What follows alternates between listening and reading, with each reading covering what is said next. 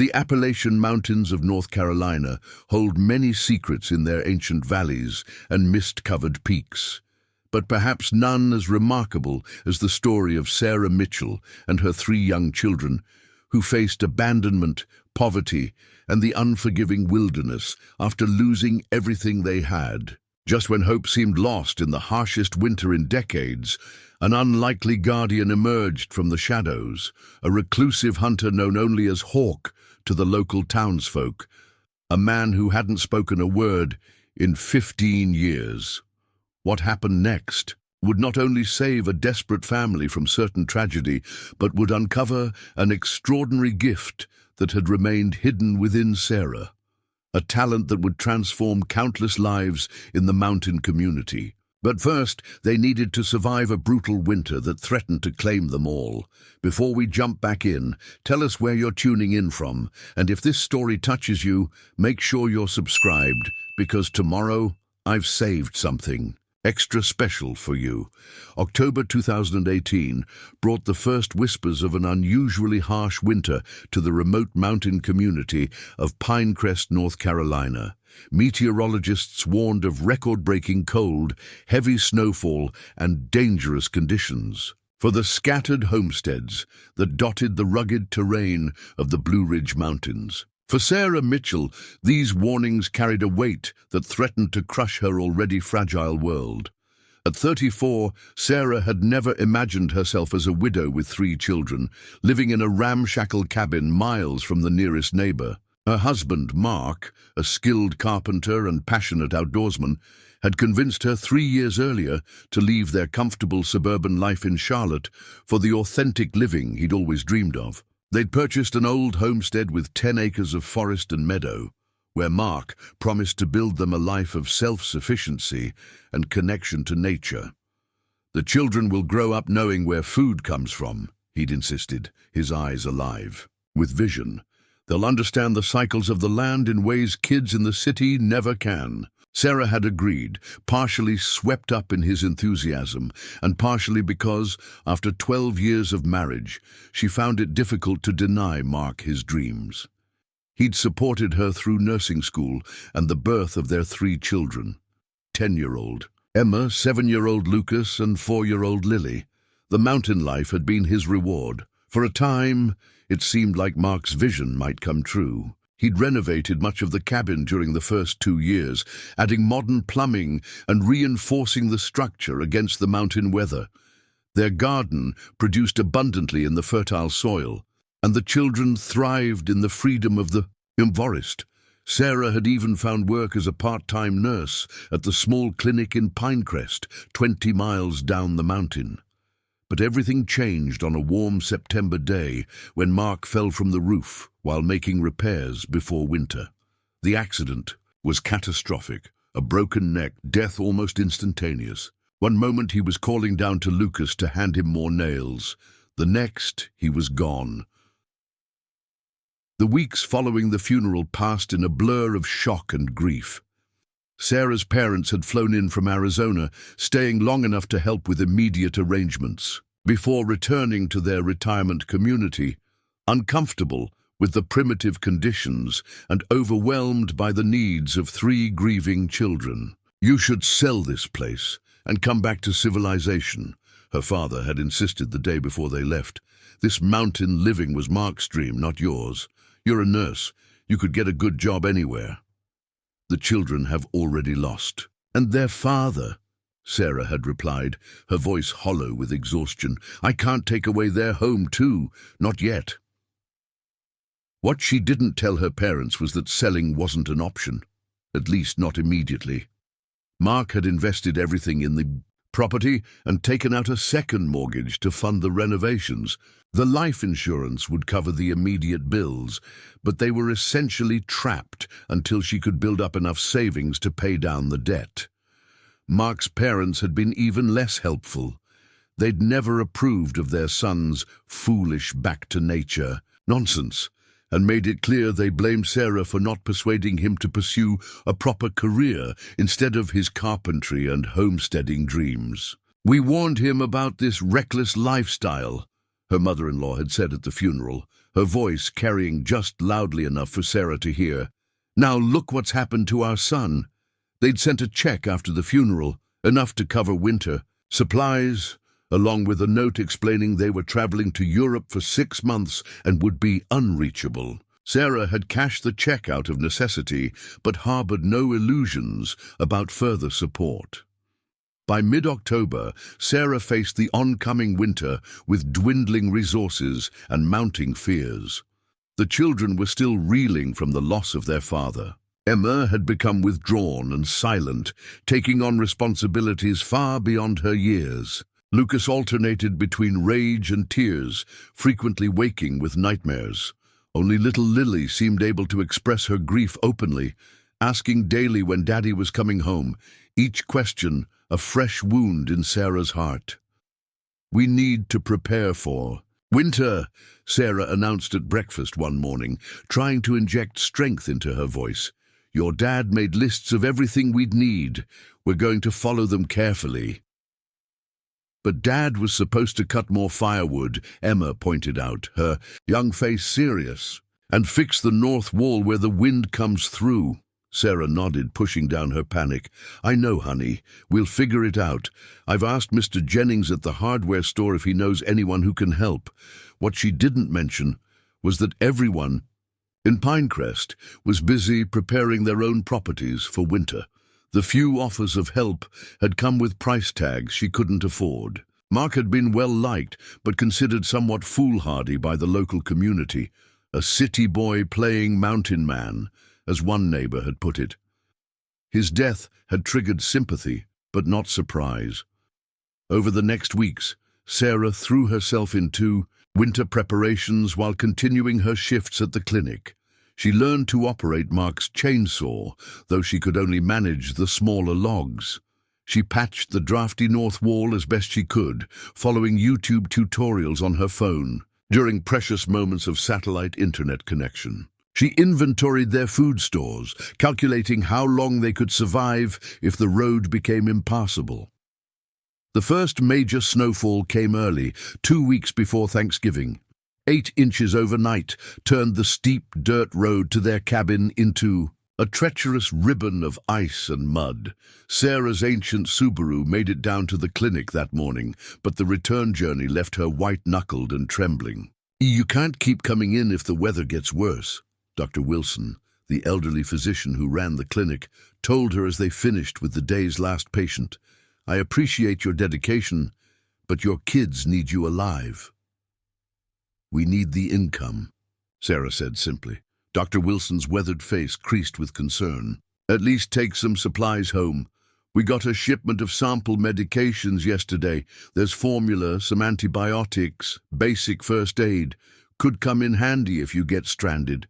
Sarah accepted the supplies gratefully, her nursing training acutely aware of how quickly a simple illness could become life-threatening in their isolated location. The following week brought more snow, followed by a brief thaw that turned the mountain paths into flowing streams before freezing again into glazed sheets of ice.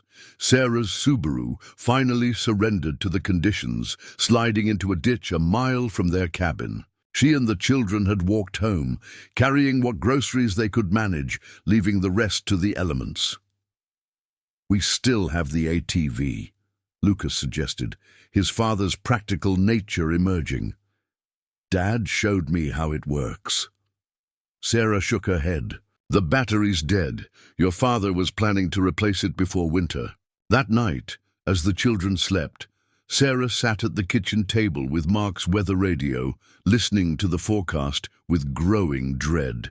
An Arctic front was moving in, promising temperatures well below freezing and another foot of snow. The meteorologist's voice was clinical as he warned listeners to prepare for potentially life-threatening conditions and to avoid travel except in emergencies. Sarah surveyed their supplies by flashlight, conserving the generator fuel. 2 weeks of food, if she ate sparingly, ensuring the children had enough.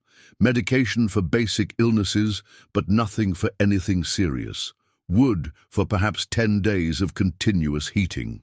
Propane for the camp stove nearly empty. Outside, the wind picked up, whistling through the pines that surrounded their cabin and finding every gap in Mark's unfinished renovations. Sarah wrapped herself in one of his old flannel shirts, inhaling, the fading scent of him as tears burned behind her eyes. "I don't know if I can do this," she whispered into the darkness. "I don't know if I can keep them safe without you."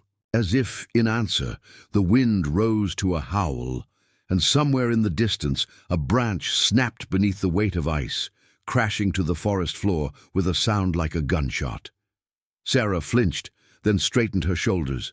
There was no one coming to rescue them, no family riding to their aid. If they were going to survive, it would be through her determination alone. What Sarah couldn't know, as she finally succumbed to exhausted sleep at the kitchen table, was that her family was being watched. From the cover of the surrounding forest, a figure observed the thin trail of smoke from their chimney, noting how it weakened as the night deepened. A tall man with a weathered face and eyes that had seen too much, known in Pinecrest only as Hawk, the silent hunter who appeared and vanished like a ghost, bringing pelts and game to trade but never speaking a word to anyone. He had been tracking the family's situation with growing concern. Tomorrow he would need to make a decision, to maintain the solitude he had chosen 15 years ago, or to approach the cabin before it was too late. Before another tragedy claimed more innocent lives in these mountains that kept so many secrets. Preparing and narrating this story took us a lot of time, so if you are enjoying it, subscribe to our channel. It means a lot to us. Now, back to the story. The first light of dawn brought no respite for Sarah Mitchell. She woke with a stiff neck from falling asleep at the kitchen table, the battery-powered lantern still glowing weakly beside her. Outside, the predicted storm had arrived with merciless force. Snow fell in thick, driving sheets, accumulating rapidly against the windows. The thermometer mounted outside the kitchen window read 12 degrees and falling. Sarah forced herself to move methodically through their morning routine, stoking the dying fire in the wood stove, heating water for oatmeal, checking their dwindling supplies. The children sensed her tension despite her efforts to appear calm. "Are we going to be okay, Mom?" Emma asked, her voice small as she helped measure out the oatmeal portions. "Of course we are," Sarah replied with forced brightness. "Your dad taught us a lot about winter survival, remember? And we're mountain people now." Lucas remained silent, watching the snow through the window with a furrowed brow too serious for a 7-year-old. Only Lily seemed untroubled, arranging her stuffed animals around the wooden table for snow day breakfast. By mid-morning, the storm had intensified. Wind buffeted the cabin, finding every gap in the insulation. The roof creaked alarmingly under the accumulating snow. Sarah kept the children close to the wood stove, setting up what she called a winter camp with blankets and pillows, telling stories to distract them from the worsening conditions. When Lily took her afternoon nap, Emma touched her mother's arm with an adult seriousness. "We need more wood, Mom. It's going too fast." Sarah nodded. Mark had stacked firewood against the east wall of the cabin, but most of their winter supply was in the shed 30 yards away, a distance that now seemed immense through the blinding snow. "I'm going to get more from the shed," Sarah decided. "You stay with Lucas and Lily. Keep the fire going, but don't add too much at once, remember?" Emma nodded solemnly, her father's instructions memorized from countless winter preparations. "Be careful, Mum. Tie a rope so you don't get lost." The advice, coming from her 10-year-old, nearly broke Sarah's composure. She hugged Emma tightly, before pulling on Mark's heavy coat, wrapping a scarf around her face and looping a coil of yellow nylon rope around her waist. She tied one end to the porch railing, creating a lifeline back to the cabin. The moment Sarah stepped outside, the full force of the storm assaulted her. The wind cut through Mark's coat as if it were made of paper, and the snow stung her exposed. skin like tiny needles, visibility extended barely 10 feet. She followed the rope with gloved hands, each step a battle against the snow that had already accumulated past her knees. The shed loomed suddenly out of the whiteness, its dark shape a relief after the featureless expanse of snow. Sarah struggled with the frozen latch, finally forcing it open with a screwdriver from her pocket. Inside, the carefully stacked firewood represented life itself. She loaded as many logs as she could carry into a canvas sling, knowing she would need to make multiple trips. As she secured the shed door against the wind, a sharp crack echoed from the direction of the cabin, rising above the storm's howl. Sarah's heart seized. She abandoned caution, rushing back along the rope line with the wood bouncing painfully against her back. The sound had been unmistakable, something breaking under pressure. When the cabin came into view, Sarah immediately saw the problem. A massive branch from the old oak that shadowed the north side had given way under the weight of ice and snow, crashing onto the already vulnerable roof. A spiderweb of cracks now spread across the ceiling of the small covered porch, and snow was beginning to sift through. Inside, the children were huddled wide-eyed by the stove. "Something hit the house," Lucas reported unnecessarily. Sarah dumped the firewood and checked the damage. The branch hadn't penetrated completely, but it had compromised the roof structure. If more snow accumulated, or if another branch fell, they could face a partial collapse. "We need to clear the roof," she muttered, more to herself than the children. "Dad's snow rake is in the tool closet," Emma offered. Sarah found the long-handled aluminum rake where Mark had stored it. It was designed to pull snow from rooftops while standing safely on the ground, a task Mark had performed religiously during previous winters. Back outside, fighting against the strengthening wind, Sarah extended the rake to its full length and began the exhausting work of clearing snow. Her arms burned with the effort, muscles unused to this particular labor. The rake was heavy, unwieldy against the wet, packed snow. After 20 minutes of struggle, Sarah had cleared only a small section. Sweat dampened her clothes beneath the heavy coat, a dangerous condition in sub-zero temperatures. She was about to take a brief rest when her foot slipped on a patch of ice hidden beneath the snow. Sarah felt herself falling as if in slow motion. She threw out her hands instinctively, the snow rake flying from her grasp. Her head struck something, hard buried beneath the snow, the stone border of what would have been a garden come spring. Pain exploded behind her eyes, and for several moments the white world went grey at the edges. Sarah lay stunned, the snow immediately beginning to cover her. With enormous effort, she pushed herself to her knees, then to her feet, swaying dangerously. Her vision swam, and nausea rose in her throat, clear signs of a concussion. The nurse. In her noted clinically, blood trickled warm down the back of her neck, quickly cooling in the frigid air. "Mom!" Emma's voice called from the doorway. "Mom, are you okay?"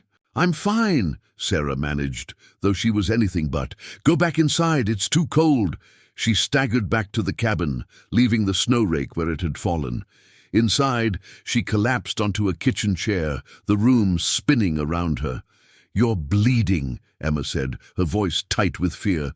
"It's just a small cut," Sarah lied, pressing a dish towel to the back of her head. "Scalp wounds always bleed a lot. Remember when Lucas fell off the swing?" Emma wasn't fooled. "You need stitches. We should call 911. Sarah shook her head, immediately, regretting the movement as pain lanced through her skull.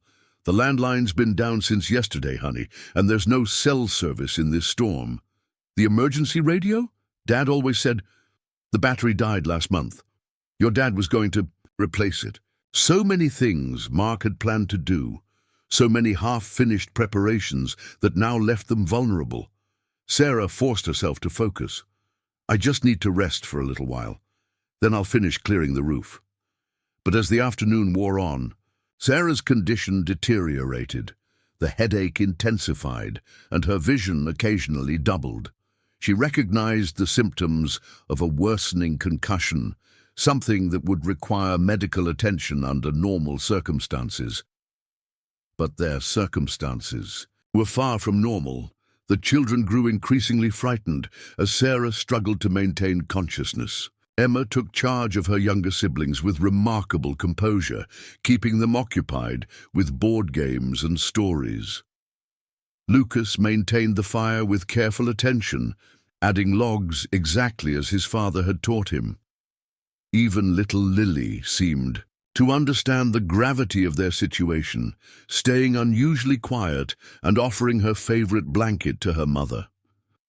By evening, the temperature had dropped to 5 below zero. The damaged section of the porch roof had begun to sag dangerously, and the wind drove snow through the widening cracks. Sarah had managed to move a bookshelf against the weakest part of the wall, but it was a temporary solution at best.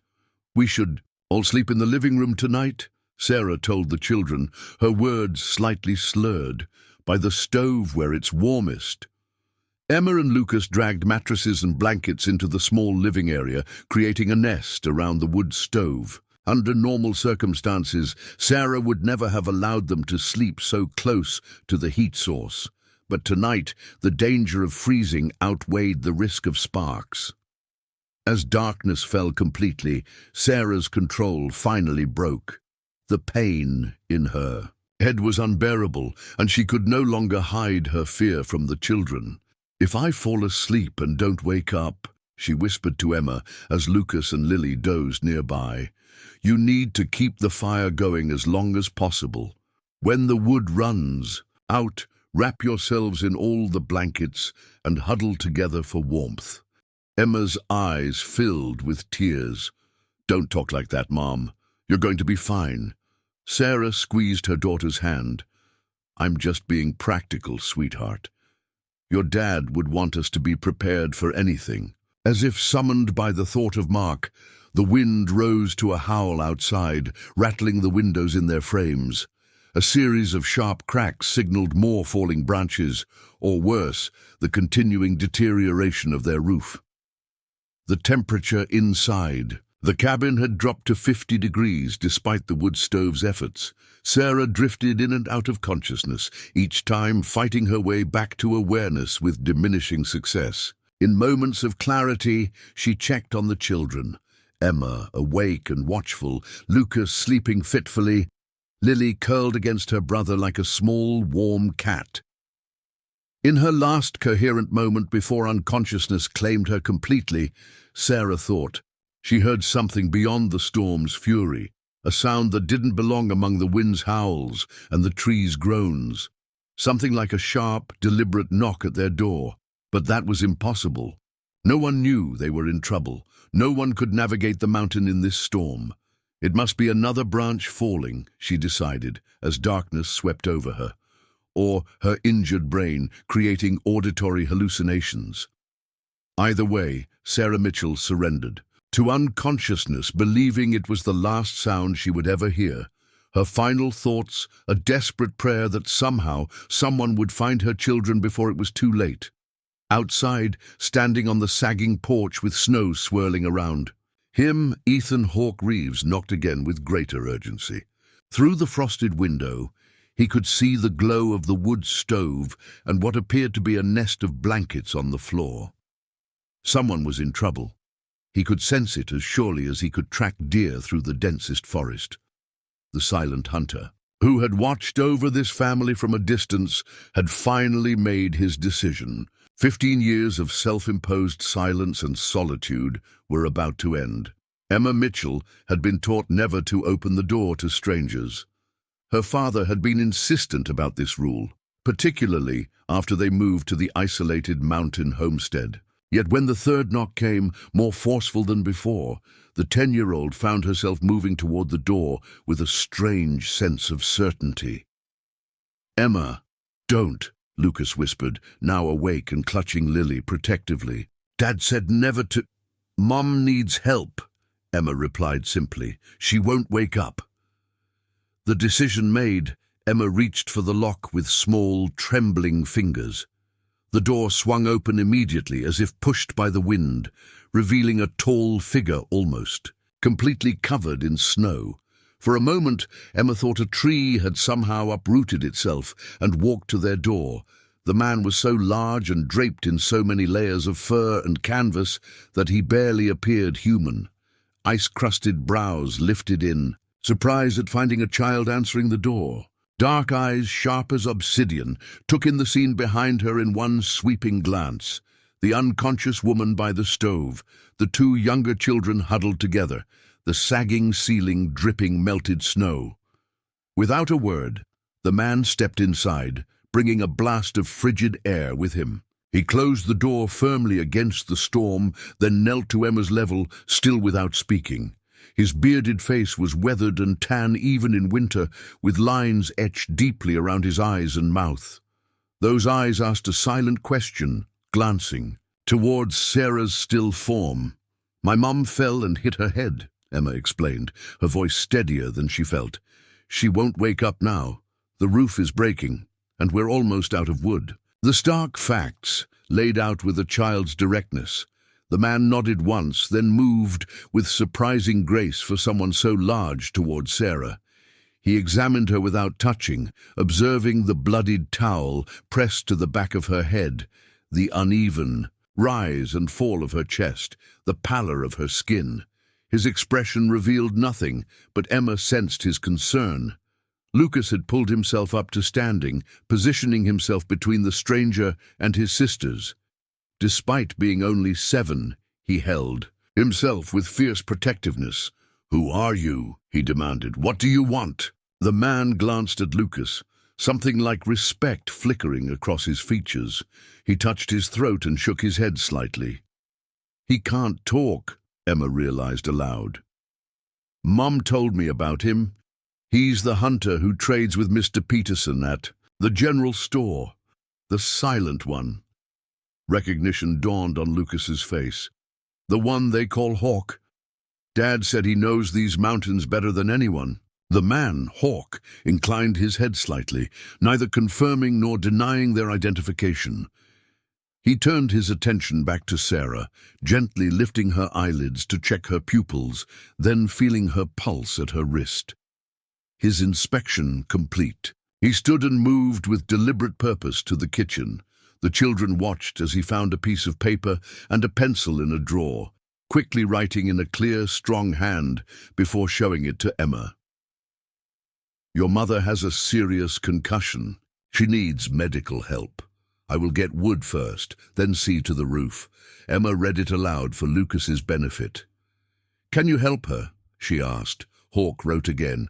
"Yes, but we must move quickly. You need to trust me." The children exchanged glances. A lifetime of stranger danger warnings battled against their desperate situation. Emma made the decision for all of them. "We trust you," she said simply. Hawk nodded once, then wrote, "Keep her warm. Talk to her. Try to wake her every 30 minutes. I'll be back soon." With that, he was gone, back into the howling storm. Emma and Lucas stared at the closed door, wondering if they'd imagined the entire encounter. "Is he really coming back?" Lucas whispered. "He has to," Emma replied, though uncertainty crept into her voice. They didn't have to wonder long. Within 20 minutes, the door opened again, and Hawk entered carrying an enormous load of firewood, far more than Sarah had managed to bring in her earlier trip. Snow had packed into his beard, giving him the appearance of a winter spirit from one of their father's bedtime stories. He stacked the wood efficiently by the stove, then knelt to examine the fire. With deft movements, he rearranged the burning logs and added new ones in a specific pattern that soon had the flames blazing with renewed intensity. Heat began to radiate more effectively throughout the small room. Without pausing, Hawk moved next to the damaged section of ceiling. He studied it carefully, then gathered tools from Mark's workshop off the kitchen.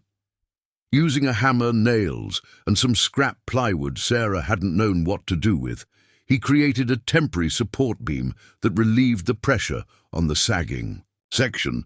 Throughout his work, the man never made a sound, not a grunt of effort, not a hiss of pain when a splinter caught his hand, not a word of instruction. He communicated through gestures and the occasional written note, most directed at Emma, who seemed to understand his intentions almost intuitively.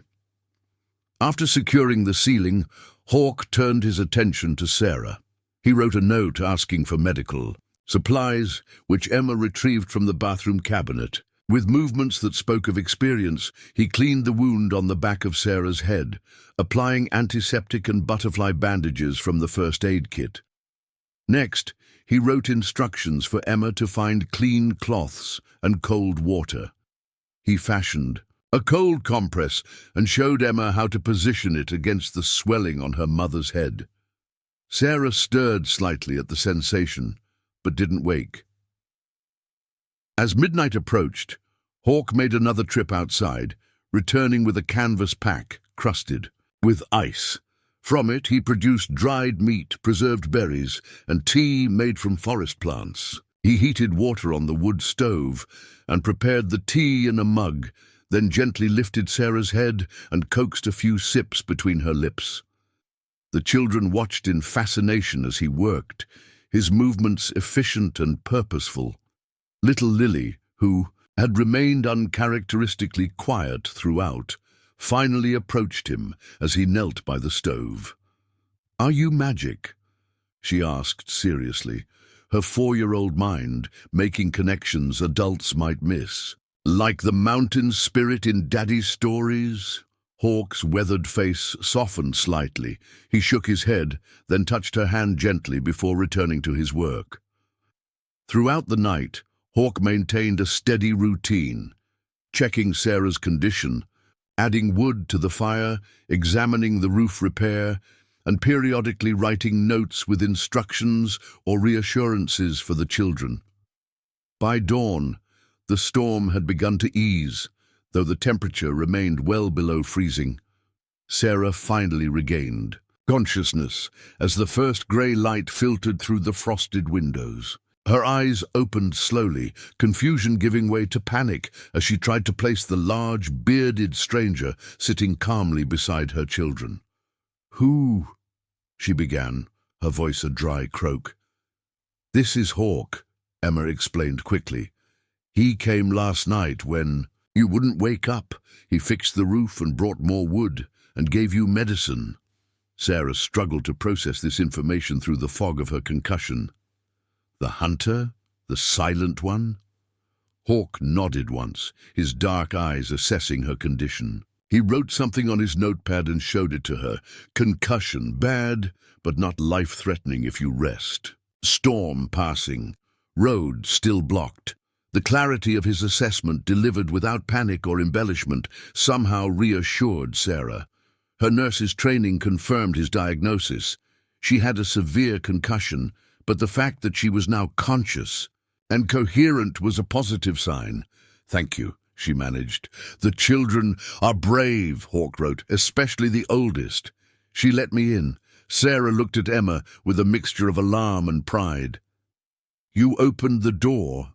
Emma nodded solemnly. "You wouldn't wake up, Mom. The roof was breaking. I knew we needed help. A child's instinct, overriding years of cautions and warnings." Sarah couldn't find it in herself to be angry, not when that decision had likely saved them all. With Sarah awake, Hawke's demeanor changed subtly. He became more reserved, as if embarrassed by his presence in their home now that the immediate crisis had passed. He wrote a brief note explaining that he would check the condition of the road and departed without ceremony, leaving the family in a state of bewildered gratitude. "Do you think he's coming back?" Lucas asked, watching through the window as the tall figure disappeared into the snowy landscape.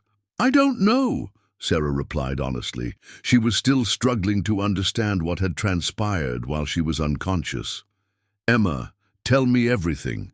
As Emma recounted the night's events, Sarah's amazement grew. This reclusive hunter, a man known in Pinecrest only for his silence and his skill with a bow, had effectively saved their lives.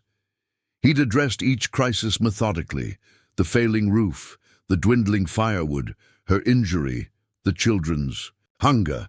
"And he made you drink this tea," Emma concluded, showing Sarah the remaining liquid in the mug. "He seemed to know exactly what to do for your head."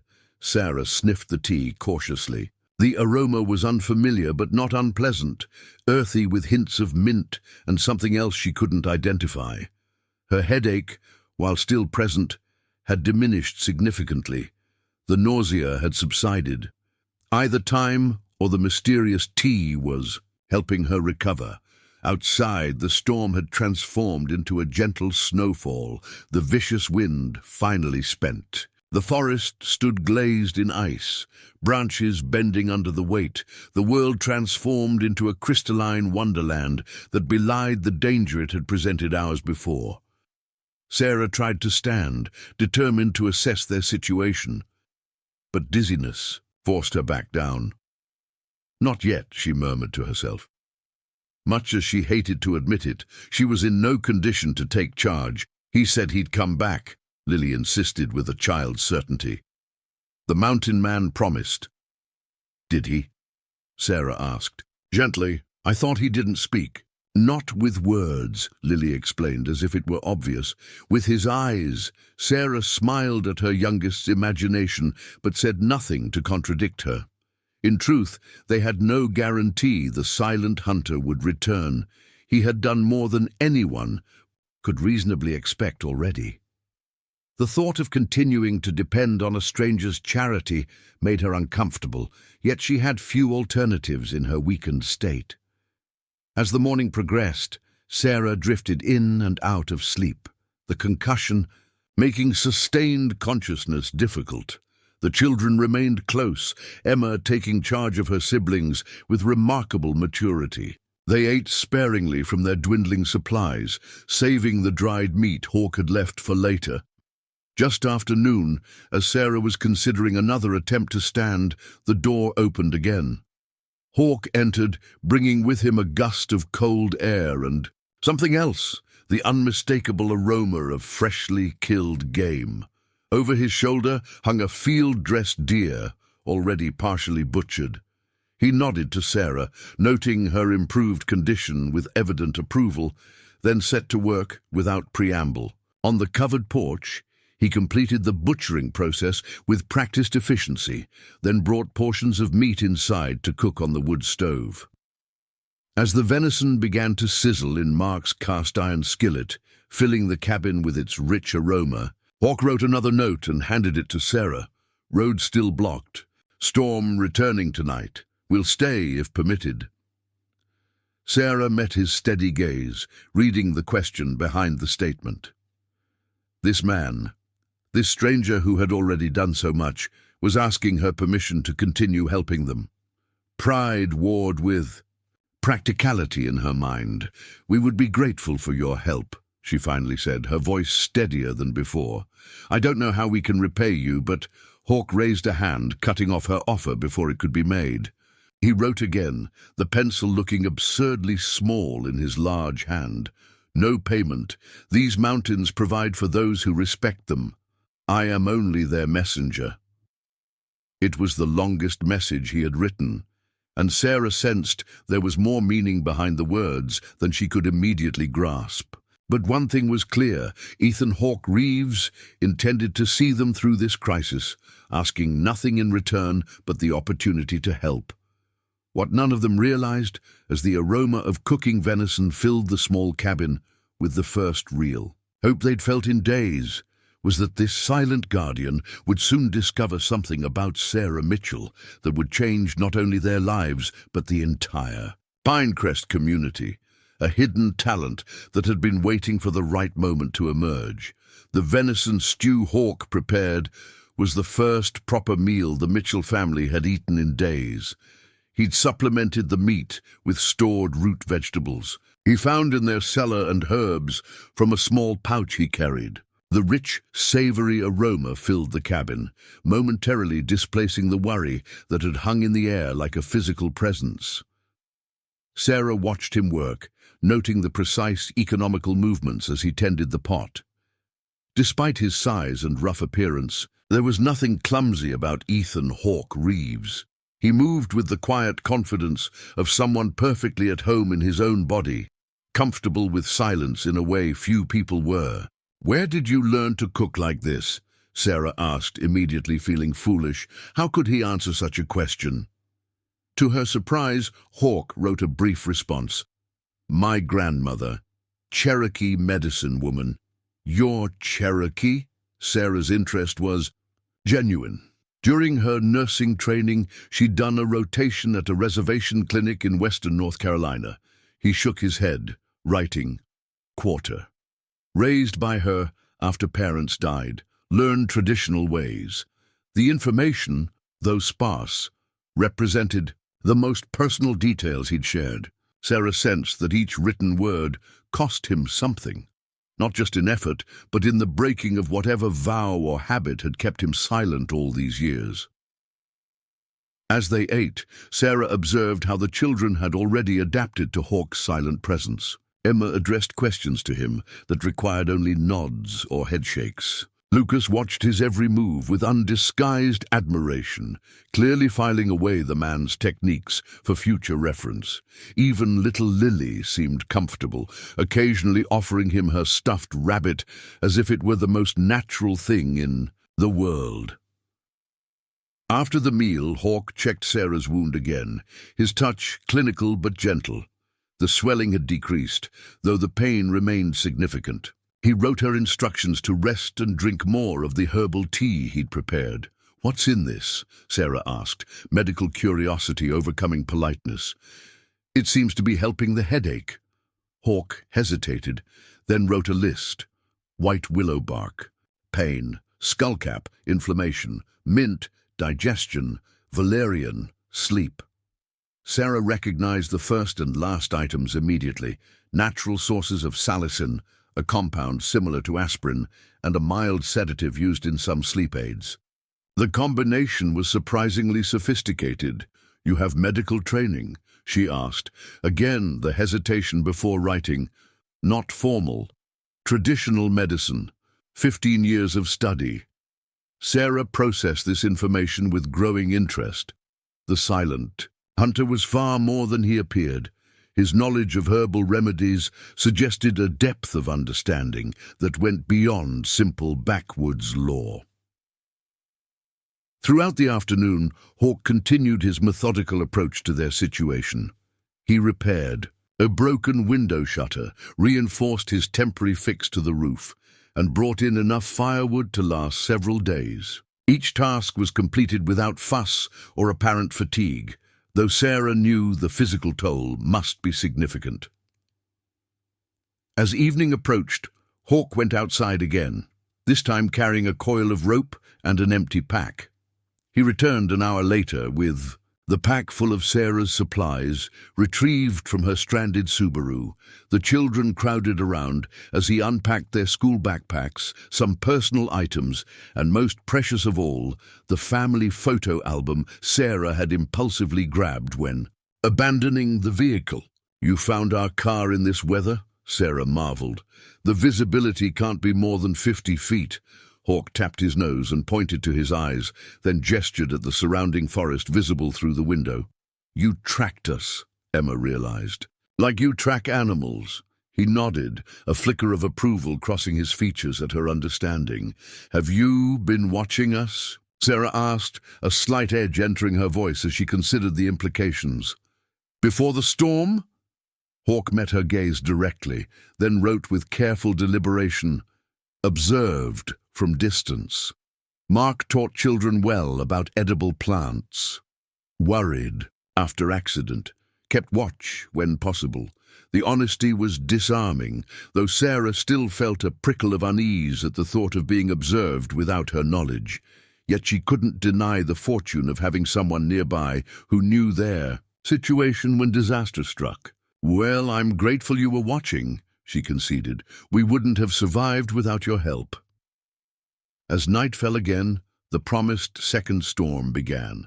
Though less severe than the first, it would ensure their continued isolation for at least another day. Hawk checked all windows and doors, making small adjustments to prevent drafts, before settling in front of the stove with a piece of wood he'd been slowly carving throughout the day. The children, tired from the emotional and physical strain of the past 24 hours, fell asleep early. As Lily's breathing deepened into sleep, Sarah finally asked the question that had been troubling her. "Why don't you speak?" she ventured, keeping her voice gentle. "Is it physical or—" Hawk's hands paused in their carving. For a moment, Sarah thought she'd offended him, but then he reached for his notepad. "Choice, not condition. Words failed me. Silence doesn't." Sarah wanted to ask more but sensed his reluctance. Instead, she watched as his hands returned to the carving, a small woodland animal taking shape under his knife. The rhythmic scrape of blade against wood became hypnotic, and combined with her injury and the herbal tea, she soon drifted into sleep. She woke sometime in the night to find Hawk still awake, standing by the window watching the storm. The fire in the stove had been recently stoked, and a fresh cup of tea sat steaming beside her makeshift bed. Sarah raised herself carefully, the movement catching his attention. "You should sleep too," she said softly, mindful of the sleeping children. He shook his head, pointing first to his eyes, then making a circular motion around the cabin. "You're keeping watch," Sarah translated, "but you must need rest eventually." Hawk shrugged slightly, then wrote, "Used to little sleep. Will rest when storm passes." Sarah sipped the tea he'd prepared, finding it different from the earlier batch, milder with a slightly sweet aftertaste. The pain in her head had receded to a dull throb, and her thoughts felt clearer than they had since the injury. "This is different," she noted, indicating the tea, "for healing, not pain, different properties." "You really know your medicinal herbs," Sarah observed. "Most people wouldn't understand the distinction." Hawk studied her for a moment, then wrote, "You understand medicine." "I'm a nurse," Sarah confirmed, "though my training was strictly conventional. Western medicine doesn't often acknowledge traditional healing practices, even when they're effective." Something shifted in Hawk's expression, a flicker of interest. Or perhaps recognition. He wrote again, "Many paths to healing, different knowledge, same goal." The sentiment resonated with Sarah. During her work at the reservation clinic, she'd witnessed the integration of traditional and Western approaches, often with better patient outcomes than either method alone might have achieved. "I'd like to learn more about your remedies," she said, "if you're willing to share." Hawk considered this, then nodded once before returning to his vigil at the window.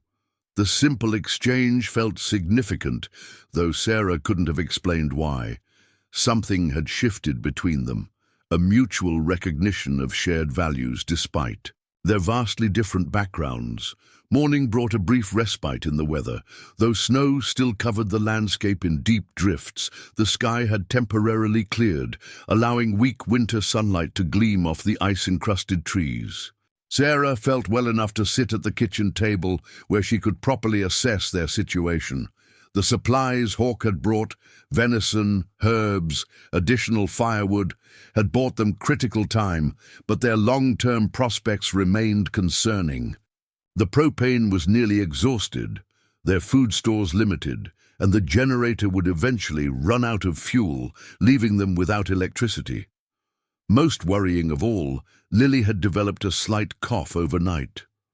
Hawk noticed Sarah's worried glanced toward her youngest child and raised an eyebrow in question. "Lily had a respiratory infection last month," Sarah explained quietly. "The doctor said her lungs might be vulnerable for a while. If she gets sick again out here, without proper medication." She didn't need to finish the thought. Both understood the danger of respiratory illness in a child, especially under their current circumstances. Hawk studied Lily for a moment, then wrote, "Have herbs for lungs. Will prepare now." While he worked at the stove, combining dried plants, from his pouch with hot water, Sarah took stock of their medical supplies. The kit Dr. Wilson had given her contained basic antibiotics, fever reducers, and some simple first aid items, adequate for minor emergencies, but not for a serious respiratory infection. "I wish I had my nursing supplies," she murmured, more to herself than to Hawke. "I left everything when we moved here. Mark said the local clinic would have anything we needed." Hawke brought over a steaming cup of herbal infusion, differently scented from the previous preparations. This one had a distinct pine-like aroma with undertones of honey. He indicated that it should cool before being given to Lily, then wrote, "What supplies would help?" Sarah thought carefully. Oxygen would be ideal, but that's impossible. Nebulizer treatments, steroids, stronger antibiotics than what I have. Without electricity, most modern options are unavailable anyway. Hawke considered this, then wrote, "Sometimes old ways work when new ways cannot." He gestured toward the steaming cup, then to Lily, who was playing with Lucas despite her occasional coughing. There was no arrogance in his expression, only quiet, confidence in his knowledge. Sarah hesitated. As a medical professional, she'd been trained to trust evidence-based treatments, not herbal remedies without clinical trials or FDA approval. Yet she couldn't deny that Hawke's previous treatments had helped her own condition significantly. "I'll try anything that might help her," she decided, "but I need to know exactly what's in it." Hawke nodded, writing out a detailed list of ingredients and their traditional uses. Sarah recognized some from her limited knowledge of herbal medicine: mullein for respiratory inflammation, thyme as a natural antimicrobial, honey as a cough suppressant. Others were unfamiliar, but Hawke's explanations were surprisingly technical, revealing a deep understanding of plant properties and their interactions with the human body. "You know more than most doctors about herbal medicine," Sarah observed.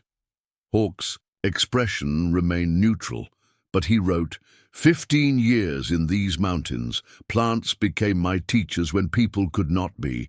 The statement hinted at a story, perhaps the reason for his self-imposed silence and isolation. But before Sarah could consider asking more, a new sound penetrated the cabin's walls. A mechanical rumbling in the distance, growing steadily louder. Emma rushed to the window. "Mom, it's a snowplow! They're clearing the main road!" Relief flooded through Sarah. The outside world was finally breaking through. Help was coming. She turned to share the moment with Hawke, only to find him already gathering his few belongings, his expression closed. "You don't have to leave," she said quickly. "You've done so much for us. The children would want to thank you properly." Hawke shook his head, writing rapidly, "Better alone. Town brings questions. We'll check on you from Forest." Before Sarah could protest further, he had shouldered his pack and moved toward the door. At the threshold, he paused, turning back to place a small wooden carving on the table, the project he'd been working on throughout his stay. It was a perfectly detailed fox, caught in mid-run, its expression alert and intelligent. "Thank you," Sarah said, knowing the words were inadequate for all he had done. "For everything." Hawke nodded once, his dark eyes lingering on each child before finally meeting Sarah's gaze. Something passed between them in that moment, an unspoken understanding that transcended their brief acquaintance. Then he was gone, slipping into the forest with such speed and skill that within seconds there was no trace of him among the snow-laden pines. "Will we see him again?" Lily asked, clutching the wooden fox to her chest. Sarah stroked her daughter's hair, her eyes still on the spot where Hawke had disappeared. "I think we will," she said, surprised by her own certainty. "Something tells me our paths haven't finished crossing yet." She couldn't have known then how prophetic those words would prove to be, or that the quiet hunter's departure marked not an ending, but the beginning of a remarkable journey that would reveal talents within her that she had never suspected. Talents that would change not just her family's fate, but the entire mountain community. The snowplow's arrival brought more than just cleared roads to the Mitchell family. Within hours, a sheriff's department SUV had made its way up their driveway, followed by a county maintenance truck. Sheriff Dan Collins, a barrel-chested man in his 50s with a perpetually concerned expression, had organized the rescue party after receiving reports of the family's stranded vehicle. "We've been checking on all the outlying properties," he explained, as a deputy brought in emergency supplies. "You folks had us worried when we found your Subaru abandoned." Sarah, still weak from her concussion but determined to appear capable, expressed her gratitude while downplaying their ordeal. "We managed all right," she said, offering no details about their mysterious savior. Sheriff Collins surveyed the cabin with professional scrutiny. His gaze lingered on the repaired ceiling, the well-stocked firewood and the venison stew still simmering on the stove. "Looks like you were better prepared than most," he commented. "Mark taught you well." Sarah exchanged a quick glance with Emma, who imperceptibly shook her head. Something in the girl's expression suggested she understood her mother's reluctance to mention Hawk. The silent hunter's presence in their lives felt private somehow, a secret the family instinctively protected. "We did what we had to do," Sarah replied. The sheriff's deputy, a younger man named Officer Reynolds, approached with a concerned expression. "Ma'am, you're injured.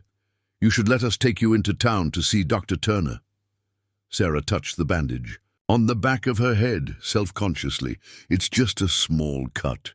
I've been monitoring it. With all due respect, Mrs. Mitchell, you're pale as a ghost, and that's a nasty wound," Sheriff Collins insisted.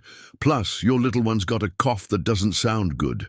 I'm afraid I must insist you all come into town, at least until we can get a proper medical assessment." Sarah recognized the tone, not quite an order but close enough. She also knew he was right. Lily's cough had worsened despite Hawk's herbal remedy, and Sarah's own condition, though improved, still required proper medical care. "All right," she conceded, "but we'll need to bring our emergency supplies, and I'll need to secure the cabin properly." Within the hour, the Mitchell family was loaded into the sheriff's SUV, heading down the mountain toward Pinecrest. The children pressed their faces against the windows, watching their isolated home recede into the distance. Sarah felt a strange mixture of relief and anxiety as they descended into civilization. Relief at the prospect of proper medical care, anxiety about what would come after. Dr. Turner's clinic occupied a renovated Victorian house on Pinecrest's Main Street. The elderly doctor had served the mountain community for over 40 years and had delivered all 3 Mitchell children. His weathered face brightened with recognition as Sheriff Collins ushered the family into the waiting room. "The Mitchells! Thank the Lord you're safe. We were about to send a search party up specifically for you tomorrow if the sheriff hadn't found you today." Dr. Turner examined Sarah first, confirming her self-diagnosis of a concussion while expressing surprise at how well the wound had been treated. "Someone did a professional job with these butterfly closures," he noted, probing gently around the injury. "Better than many ER docs I know." Sarah hesitated. "I have some first aid training from my nursing days." "You did this yourself? On the back of your own head?" Dr. Turner raised a skeptical eyebrow. Before Sarah could formulate a response, Emma spoke up. "Mum talked me through it," she stated confidently. "She's been teaching me first aid." Dr. Turner looked impressed rather than suspicious. "Quick thinking, both of you. Still, you'll need proper rest, Sarah. No driving for at least a week, limited screen time, and regular monitoring." Lily's examination came next. The doctor listened to her chest with concern, confirming Sarah's fears of a developing respiratory infection. "Early bronchitis," he diagnosed. "Not pneumonia yet, thankfully, but heading that way if untreated. I'm prescribing antibiotics and an inhaler.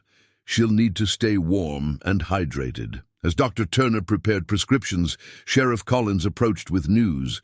The roads to your place will be impassable again by morning. Another system's moving in.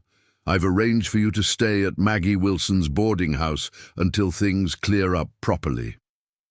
The boarding house turned out to be a blessing in disguise. Maggie Wilson, a widow herself in her 60s, welcomed the Mitchell family with genuine warmth. Their rooms were small but clean, and most importantly, warm. After the precarious days in the cabin, the solid walls and reliable heating system felt like extraordinary luxuries. That night, as the children slept peacefully in the adjoining room, Sarah stood at the window watching snow begin to fall again. Over the small mountain town, her thoughts drifted to Hawk. Was he safe in this new storm? Where did he shelter? The man had saved their lives, then vanished back into the wilderness he clearly preferred to human company. "You look troubled, dear," Maggie commented, bringing in extra blankets. "Can I get you anything for the pain? Dr. Turner left some medication for you." "I'm fine, thank you," Sarah replied automatically. "Just thinking." Maggie set down the blankets and studied Sarah with perceptive eyes. "About what comes next, I imagine. That's always the hardest part after survival, figuring out how to live afterward." The observation was surprisingly astute. Sarah found herself nodding. Mark had everything planned out: the homestead, the children's education, our future. Without him, I'm not sure what the right path is anymore. "No one ever is," Maggie said simply. "My Harold's been gone 8 years now. Each day I still make decisions without knowing if they're the ones he would have made. That's the burden of those left behind." Sarah appreciated the woman's straightforward approach. No platitudes about time healing all wounds or suggestions. That everything happened for a reason. "Were you able to stay in your home after he passed?" Sarah asked. "For a time," Maggie replied. "Then I realized maintaining that big old house alone wasn't honoring Harold's memory. It was draining my spirit. So I sold it, bought this place, and created something new, something that helps others while sustaining me." The idea resonated with Sarah. Perhaps clinging to Mark's dream wasn't the only way to honor him. Maybe finding her own path forward would serve his memory better. "The children love the homestead," she said, thinking aloud, "but it's so isolated and winter's barely begun. If Lily had taken a turn for the worse up there—" She didn't complete the thought. Both women understood the grim reality of mountain winters. "You're a nurse, aren't you?" Maggie asked suddenly. Sarah nodded, surprised by the change in topic. "Was, before the children. Dr. Turner's been looking for a nurse practitioner for years. His last one moved to Asheville last spring. The clinic's been short-handed ever since." Sarah hadn't considered returning to nursing. With 3 young children and no support system, the logistics seemed impossible. Yet the seed of possibility took root in her mind. Working in town would mean leaving the isolated homestead at least. During winter months, it would mean income, purpose, community, something to consider, she said non-committally. Maggie smiled knowingly as she bid Sarah good night. "Sleep on it. The right path has a way of revealing itself, often when we least expect it." The next morning brought dramatic developments. Lily's condition, instead of improving with the antibiotics, had deteriorated overnight. Her breathing became labored, and her temperature spiked alarmingly. Dr. Turner, summoned urgently to the boarding house, immediately ordered her transfer to the regional hospital in Asheville. "Her lungs aren't responding to the standard treatment," he explained to a frantic Sarah as paramedics prepared to transport the child. "She needs advanced respiratory support." "I'm coming with her," Sarah insisted, already gathering her things. "Of course," Dr. Turner agreed. "But your other children—" "I'll watch them," Maggie volunteered without hesitation. "Emma and Lucas will be safe with me for as long as needed." The ambulance journey to Asheville Memorial Hospital was the longest hour of Sarah's life. She held Lily's small hand as the child struggled for breath, the oxygen mask seeming too large for her pale face. The paramedics worked efficiently, monitoring vitals and administering medication, but their tight expressions told Sarah everything she needed to know. Her daughter's condition was serious. At the hospital, Lily was immediately whisked to the pediatric intensive care unit. Doctors diagnosed severe bronchitis complicated by an unusual inflammatory response. Standard treatments were administered: stronger antibiotics, steroids, respiratory therapy, but Lily's condition continued to worsen throughout the day. By evening, the pediatric pulmonologist Dr. Sharma approached Sarah with a grave expression. "Mrs. Mitchell, Lily's inflammatory response isn't typical. Her body is overreacting to the infection, causing additional damage to her lung tissue. We're seeing resistance to our standard protocols." "What are you saying?" Sarah asked, though her nursing background had already helped her interpret the clinical signs. "We're going to try more aggressive interventions, but I want to prepare you. She may need to be intubated if her breathing doesn't improve overnight." The news hit Sarah like a physical blow. Intubation, placing Lily on a ventilator, represented a significant escalation and carried its own risks, particularly in a child so young. "Is there nothing else we can try first?" she asked desperately. Dr. Sharma hesitated. "We're following established protocols, Mrs. Mitchell. I understand you have a nursing background, but pediatric pulmonology is highly specialized." "I know," Sarah acknowledged. "It's just—" She stopped, an idea forming that seemed simultaneously absurd and inevitable. There might be an alternative treatment, something that helped her initially. "I'm listening," Dr. Sharma said, though his expression remained skeptical. Sarah described the herbal remedy Hawk had prepared, its ingredients, preparation method, and the improvement she'd observed in Lily's symptoms before they left the mountain. As she spoke, she realized how it must sound to the specialist, a desperate mother placing faith in folk medicine prepared by a mute hermit living in the woods. To her surprise, Dr. Sharma didn't immediately dismiss the idea. "Some of those herbs do have documented anti-inflammatory and antimicrobial properties," he noted. "The problem is standardization and dosage. Without knowing exact concentrations—" "I understand," Sarah interrupted. "But if standard treatments are failing, and if intubation is the next step anyway," Dr. Sharma studied her thoughtfully. "Let me consult with our integrative medicine specialist. There might be a middle ground, pharmaceutical-grade herbal. Extracts that approximate what you're describing, but with controlled dosing."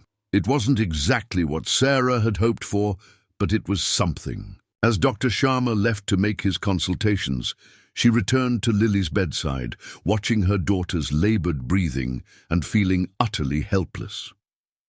Outside the hospital windows, darkness had fallen. Snow continued to fall over the mountains, visible in the distance. Somewhere in those forests, the man who might hold the key to Lily's recovery had retreated to his solitary existence, unaware of the child's deteriorating condition. Sarah made a decision then, one born of desperation and instinct. Taking out her phone, she called the boarding house in Pinecrest. When Maggie answered, Sarah asked a surprising question. "Maggie, what do people in town know about the hunter they call Hawk, the one who never speaks? Is there any way to find him or leave a message for him?" The silence on the other end lasted. Several seconds before Maggie replied cautiously. "He was the one who helped you during the storm, wasn't he? I suspected as much."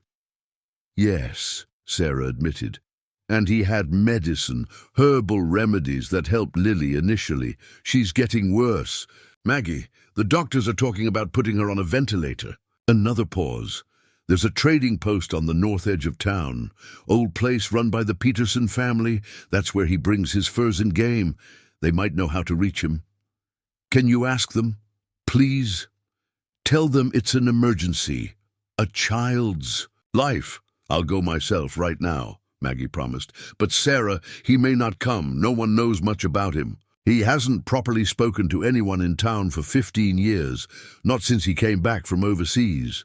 Some say he saw things in the war that took his words away." The information added a new dimension to the mystery of Ethan Hawke Reeves, but Sarah had no time to process it.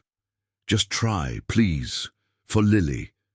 As she ended the call, Sarah looked down at her daughter's struggling form and whispered a desperate prayer, not to any particular deity, but to the universe at large, to the ancient mountains, and to a silent hunter who had already saved them once. "Please find us again," she murmured. "We need you." What Sarah couldn't have known then was that her plea would set in motion events that would not only change her daughter's fate, but would uncover a gift within herself so unexpected and powerful that it would transform her understanding of healing forever. Through the longest night of her life, Sarah remained at Lily's bedside, watching her daughter's condition steadily deteriorate despite the hospital's interventions. The pediatric ICU hummed with quiet efficiency around them, monitors beeping, nurses moving silently between patients, the hiss of oxygen being delivered through Lily's mask. By 3 a.m., Dr. Sharma returned with a grim expression. "Mrs. Mitchell, Lily's oxygen levels are continuing to drop. We need to intubate now." Sarah nodded numbly, signing the consent forms with trembling hands. As a nurse, she understood the procedure's necessity. As a mother, watching her 4-year-old daughter being sedated and having a breathing tube inserted was almost unbearable. Once the procedure was completed and Lily was stabilized, Dr. Sharma took Sarah aside. "I consulted with our integrative medicine specialist about the herbal treatment you mentioned," he said. "We've formulated something that approximates the remedy based on standardized extracts. It's experimental, but given Lily's resistance to conventional treatments, we'd like to try it alongside standard protocols." Hope flickered briefly in Sarah's exhausted mind. "Thank you for taking it seriously. We're committed to exploring all viable options," Dr. Sharma replied diplomatically. "That said, I must caution that pharmaceutical herbal extracts may not precisely replicate the effectiveness of fresh wild-harvested plants, particularly if they were prepared with traditional knowledge we don't fully understand." The doctor's words echoed Sarah's own concerns. Something about Hawke's remedies, the careful selection, the precise preparation, perhaps even the intention behind them, seemed impossible to duplicate in a standardized laboratory setting. Dawn broke with no improvement in Lily's condition.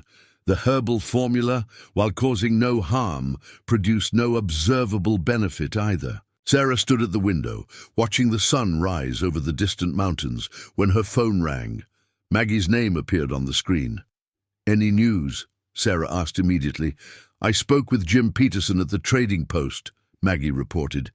"He says Hawke hasn't been in for weeks, which isn't unusual during winter, but he knows generally where Hawke's cabin is located, deep in the Northern Valley, beyond Briar Ridge. Jim's son, Jeff, is a forest ranger. He's organizing a small search party to try to find him." Sarah closed her eyes briefly in gratitude. "Thank you, Maggie. I know it's a long shot." "How's our little one doing?" Maggie interrupted gently. "They had to put her on a ventilator last night." Sarah's voice broke. "The doctors are doing everything they can, but I'm sending every prayer I know," Maggie promised. "And Emma and Lucas are fine. Worried about their sister, of course, but I'm keeping them busy. Emma's been helping me bake bread, and Lucas has appointed himself official snow shoveler for the boarding house." The mental image of her older children finding ways to be useful even during a crisis brought tears to Sarah's eyes. "Tell them I love them, and that Lily is being very brave." After ending the call, Sarah returned to Lily's bedside, taking comfort in the steady rise and fall of her small chest, artificially controlled though it was. The hospital staff had been kind, bringing her coffee and urging her to rest, but sleep seemed impossible while her youngest fought for her life. Mid-morning brought Dr. Sharma back with another specialist, Dr. Wells, a stern-looking woman who headed the pediatric intensive care unit. "Mrs. Mitchell, we're considering putting Lily on ECMO if her condition doesn't improve in the next few hours," Dr. Wells explained without preamble. Sarah's nursing knowledge made the gravity of this recommendation immediately clear. ECMO, extracorporeal membrane oxygenation, was effectively a heart-lung bypass machine, a measure of absolute last resort. "Her lungs need time to heal," Dr. Sharma added gently. "ECMO would take over their function temporarily, giving her body a chance to recover." "What are her chances if you do this?" Sarah asked, her voice sounding strange and distant to her own ears. The doctors exchanged glances. "For her condition, with ECMO intervention at this stage, survival rates are approximately 60 to 70%, Dr. Wells stated clinically. Sarah nodded, struggling to think clearly through her exhaustion and fear. "And without it?" Another glance between the specialists. "If her decline continues at the current rate, significantly lower," the stark reality settled over Sarah like a physical weight. Her vibrant, laughing child, the baby who had been born on a snowy night much like this one, who had Mark's dimples and mischievous smile, reduced to percentages and clinical assessments. "I'd like some time," she managed to say, "to think, to be with her."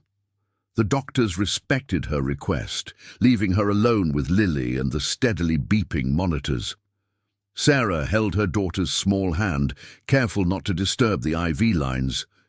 "You need to fight, little one," she whispered. "Daddy's watching over you and Mommy's right here. Emma and Lucas are waiting for you to come home." The mention of home brought Mark's image to her mind so vividly it was almost painful. What would he advise in this situation? Mark had always trusted intuition alongside expertise, valuing wisdom, even when it came from unexpected sources. A soft knock at the door interrupted her thoughts. A nurse entered, accompanied by a tall, angular woman with silver-streaked black hair. "Mrs. Mitchell, this is Dr. Eleanor Whitefeather from our Integrative Medicine Department. She'd like to speak with you about Lily's case." Dr. Whitefeather approached with quiet confidence. She wore the standard white coat, but a turquoise and silver pendant visible at her throat suggested connections to Native American heritage. "Dr. Sharma consulted me about the herbal remedy you described," she said once the nurse had left. "I'd like to hear more about it directly from you, and about the person who prepared it." Something in the woman's direct gaze and straightforward manner invited trust. Sarah found herself describing in detail everything she remembered about Hawk's preparation methods, the specific plants he'd selected, and the improvements she'd observed in Lily's condition after administration. Dr. Whitefeather listened intently, occasionally asking precise questions about the plant's appearance or aroma. When Sarah mentioned Hawk's heritage, part Cherokee raised by his grandmother, the doctor's interest visibly deepened. Did he indicate whether he gathered the plants at specific times or prepared them with any particular method beyond simple infusion? Sarah frowned, trying to recall. He didn't say. He doesn't speak at all, actually, but I remember he seemed very particular about how long the mixture steeped, and he added the ingredients in a specific order. Dr. Whitefeather nodded thoughtfully. Traditional Cherokee medicine involves more than just the plants themselves. Timing of harvest, preparation methods, even the healer's intention and energy, all are considered essential components of effective treatment. That's why the standardized extracts aren't working, Sarah realized. Possibly, Dr. Whitefeather agreed. Modern medicine excels at isolating active compounds, but sometimes fails to recognize that natural medicines function as complex systems rather than single ingredients. She hesitated, then continued with careful precision. There are approaches that combine the best of both traditions. I've had success in cases similar to your daughter's, using protocols that respect traditional knowledge while incorporating modern safety standards. Sarah understood what wasn't being explicitly stated. The doctor was offering an alternative approach that went beyond the hospital's standard offerings. What would this involve? Sarah asked. I'd need to examine Lily and review her complete medical history. Then, with your consent and her primary doctor's approval, I could create a comprehensive treatment plan that addresses the immune dysregulation that's causing her body to overreact to the infection. Hope, dangerous and fragile, flickered in Sarah's chest. Would Dr. Sharma and Dr. Wells agree to this? I've worked with both before, Dr. Whitefeather replied diplomatically. They respect my research background even if they don't always understand my methods. Given Lily's resistance to conventional approaches, they may be open to collaborative treatment.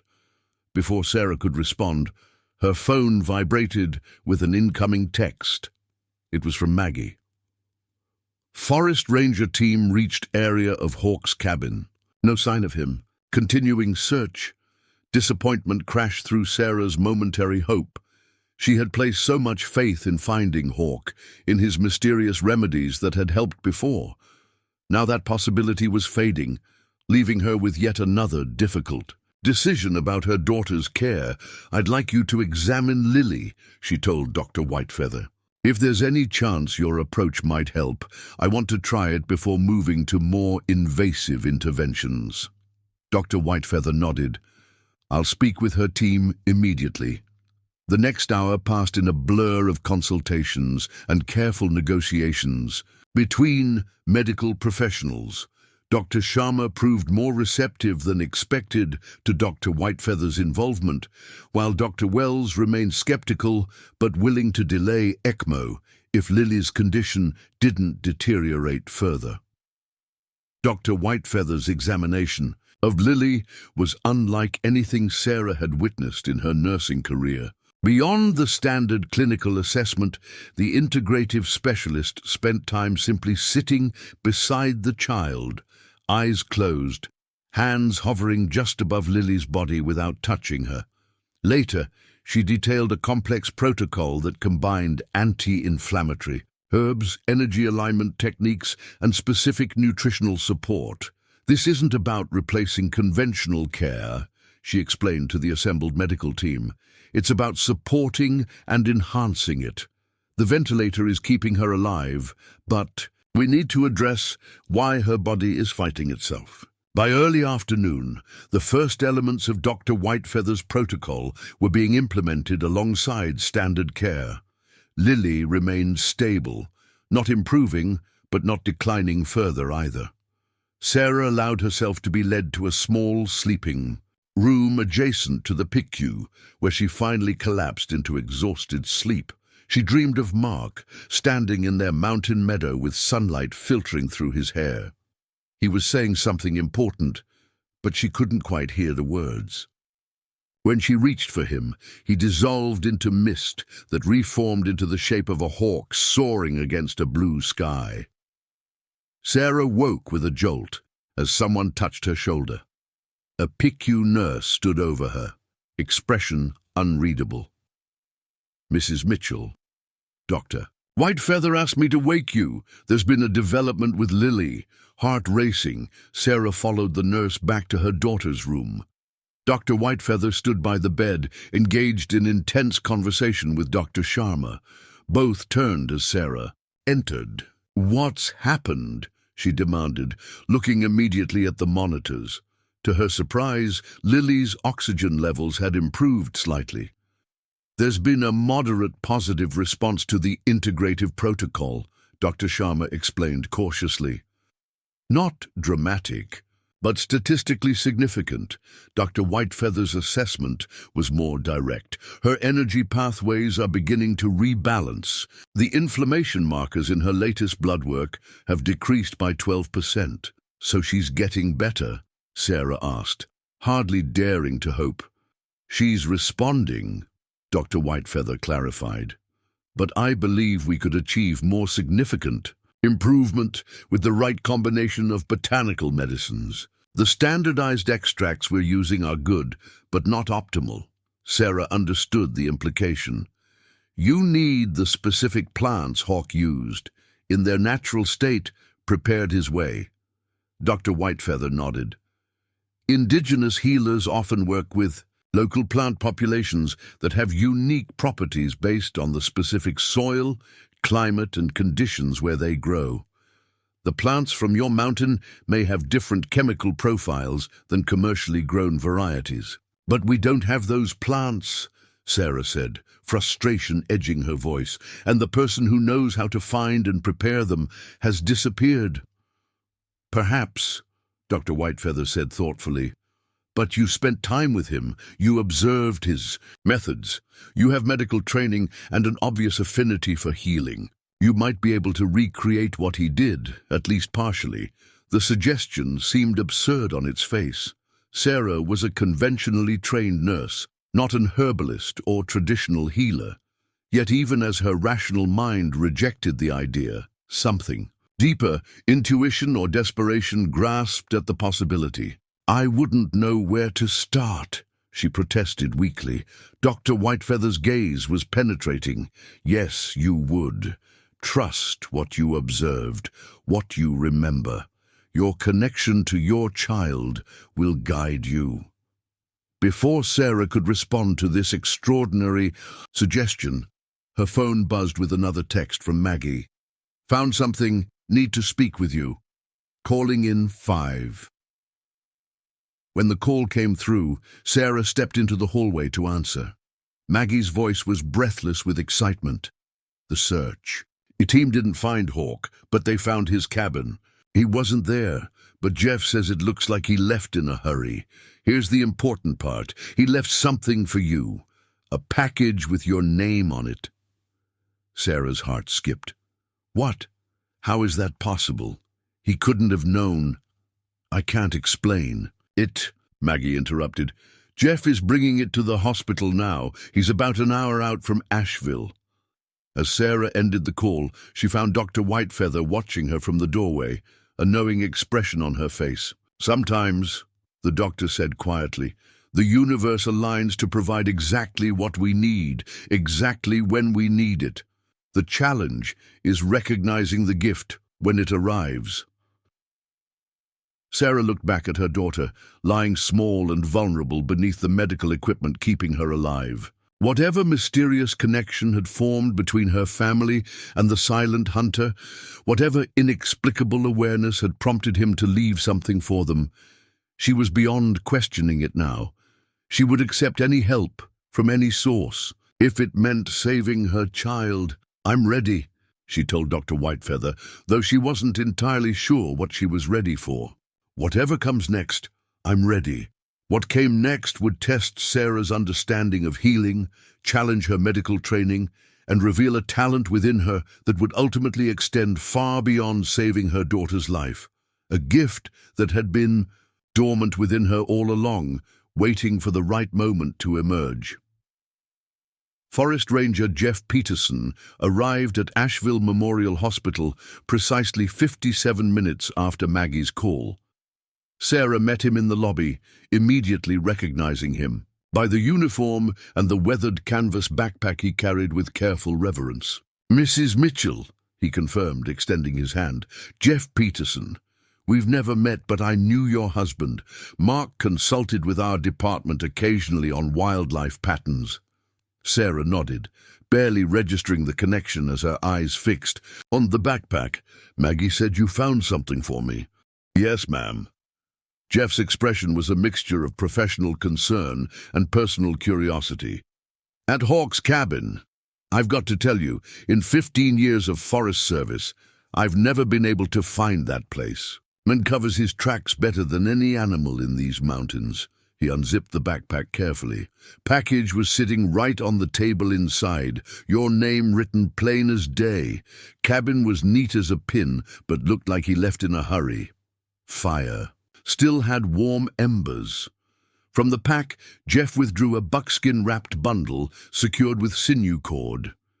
A small wooden tag attached to it bore a single word in precise handwriting. Mitchell. Any sign of where he might have gone? Sarah asked, accepting the surprisingly heavy package. Jeff shook his head. Trail was already covered by fresh snow. Dad, Jim at the trading post, says Hawk can move through these mountains without leaving. And trace when he wants to. Some of the old-timers claim he can talk to animals, know what's happening miles away. He smiled apologetically. Local legends, you know how they grow. Yet as Sarah thanked the ranger and carried the mysterious bundle back to the pediatric ICU, those local legends seemed less far-fetched than they might have days earlier. How had Hawk known they would need help? Why had he prepared this package and left it where it would be found? Dr. Whitefeather was waiting outside Lily's room. Her eyes immediately focused on the buckskin package with an expression of recognition and satisfaction. "Let's examine this in the consultation room," she suggested, leading Sarah to a small private space nearby. "Lily is stable for now. Dr. Sharma is with her." Once the door closed behind them, Sarah carefully untied the sinew cord. The buckskin wrapping fell open to reveal an assortment of items nestled in dried moss. Several cloth pouches containing plant materials, a small earthenware jar sealed with beeswax, a carved wooden cup, and a folded piece of paper covered in the now familiar precise handwriting. Dr. Whitefeather inhaled deeply, closing her eyes momentarily. "These are traditionally harvested medicines," she said with quiet reverence. "I can smell the intention in them."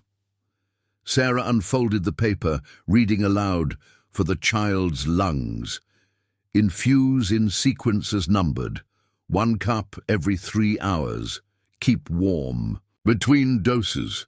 Speak healing intentions while preparing. Trust what you feel in your hands. The knowing is already in you."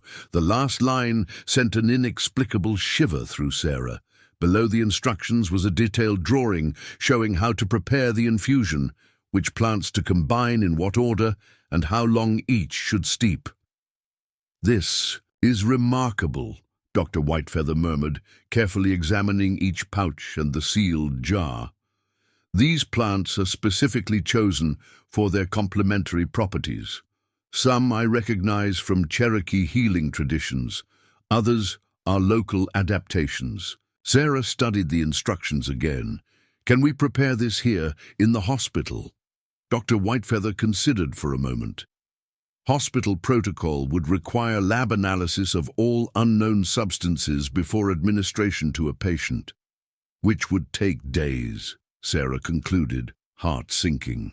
"However," the doctor continued carefully, "as Lily's mother and medical proxy, you have the right to be present during her care and to perform certain comfort measures." Their eyes met in silent understanding. The hospital would never officially sanction the use of unanalyzed herbal remedies, but a mother quietly moistening her child's lips or performing mouth care wouldn't raise eyebrows. "I'll arrange for hot water and privacy," Dr. Whitefeather said. "As her integrative medicine consultant, I'll document that we're using aromatherapy and healing touch techniques, which is entirely within protocol." Sarah's nursing background made her acutely aware of the ethical gray area they were entering, yet Lily's condition left little room for convention. Standard treatments had failed, and ECMO, with all its risks, loomed as the only alternative. "I'll need to inform Dr. Sharma," Sarah decided. "Not details, but enough that he understands we're trying something unconventional." Dr. Whitefeather nodded approval. "Transparency where possible, discretion where necessary, a wise approach." Within the hour, they had established a small preparation area in the family consultation room. Dr. Sharma had been advised that they were implementing complementary comfort measures based on Dr. Whitefeather's recommendations. While clearly skeptical, he agreed not to interfere as long as Lily's monitored condition remained stable or improved. "Now," Dr. Whitefeather said once they were alone, "let's follow these instructions precisely." Sarah carefully opened the first, numbered pouch, releasing the scent of what she recognized as dried mullein, a traditional remedy for respiratory conditions. She placed a small amount in the wooden cup, as indicated in the drawing. "Pour the water now," Dr. Whitefeather instructed. "And remember, speak your healing intentions." Sarah felt self-conscious. "I don't know what that means." Speak from your heart to your daughter, your hopes for her healing, the love that connects you. Feeling slightly foolish but desperate enough to try anything, Sarah poured the hot water over the herbs while whispering, "Heal my baby, Lily. Breathe freely again. Come back to us." As steam rose from the cup, Sarah continued the process with each numbered pouch, following the precise timing indicated in Hawke's instructions.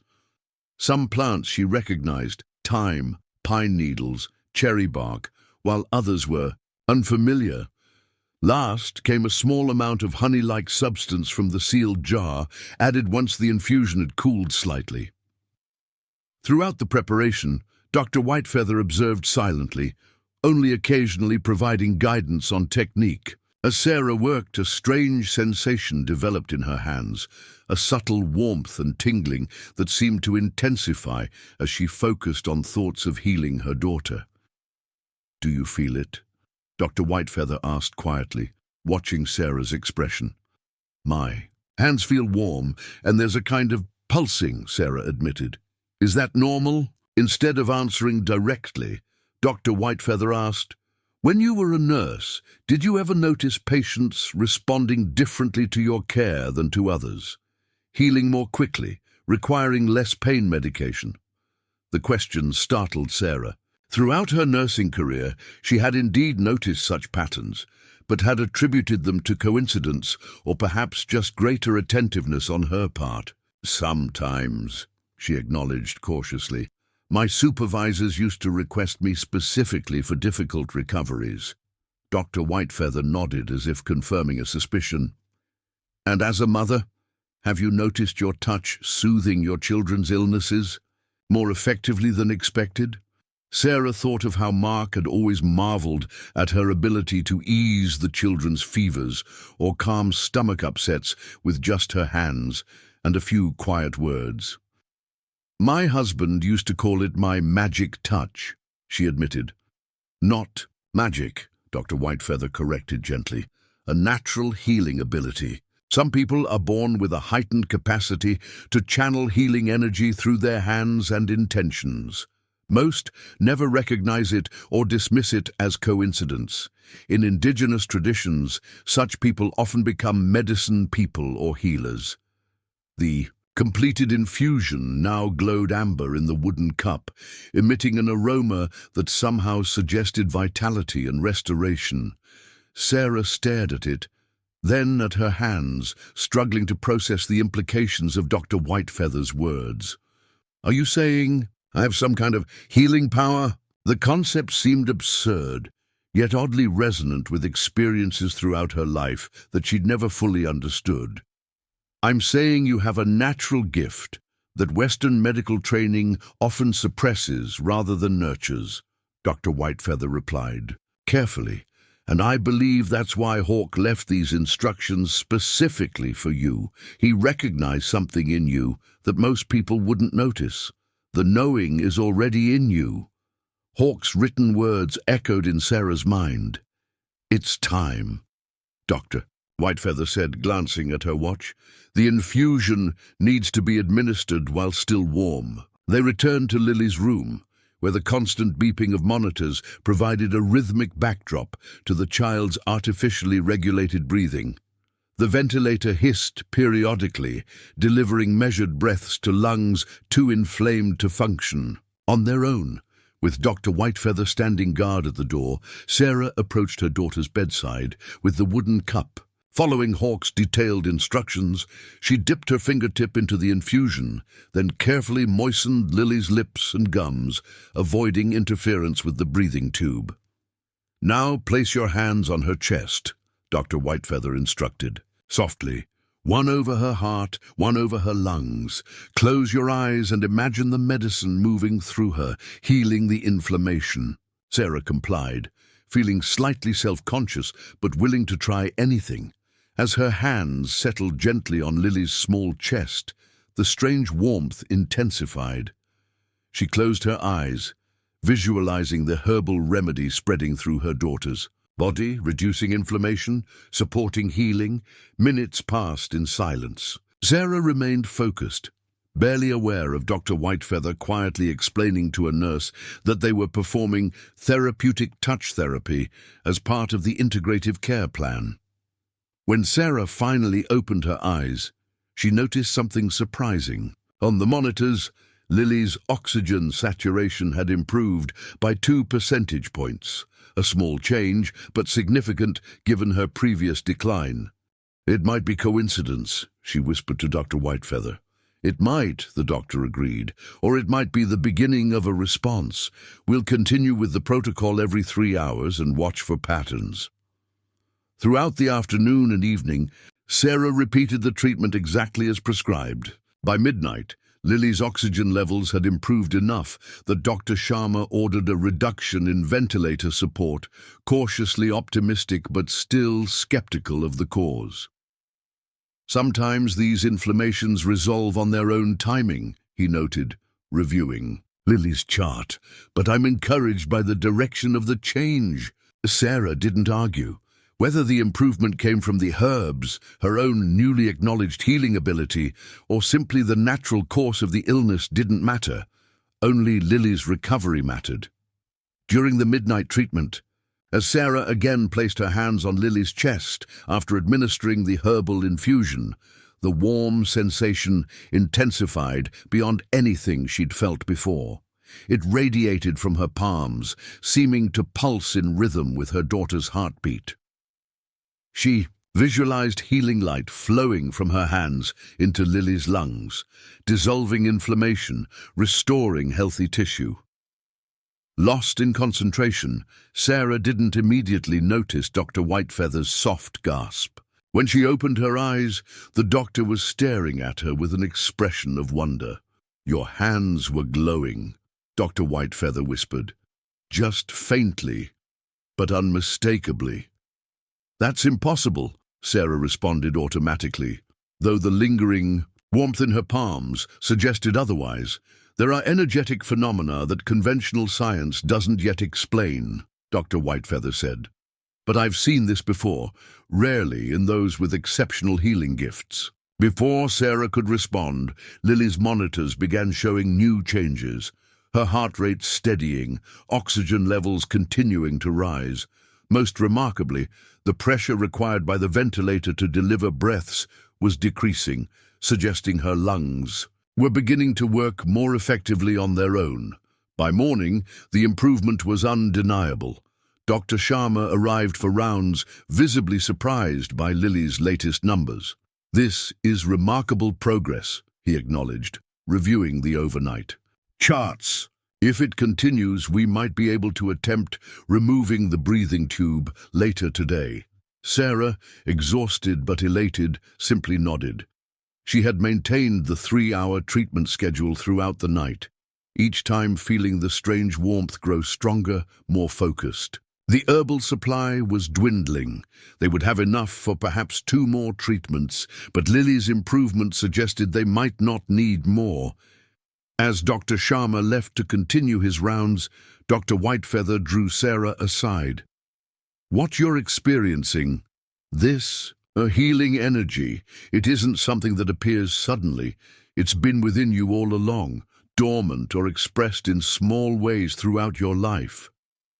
"My nursing," Sarah realized. "The way patients responded to me. And your children's quick recoveries from illness, your intuitive sense of what ails people," Dr. Whitefeather added. "These were all expressions of the same gift. Now, under extreme circumstances and with proper guidance, it's manifesting more powerfully." Sarah looked down at her hands.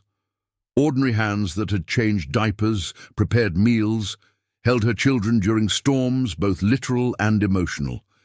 The idea that they possessed some extraordinary healing capacity seemed simultaneously foreign and deeply familiar, like recognizing a face she'd glimpsed only in dreams.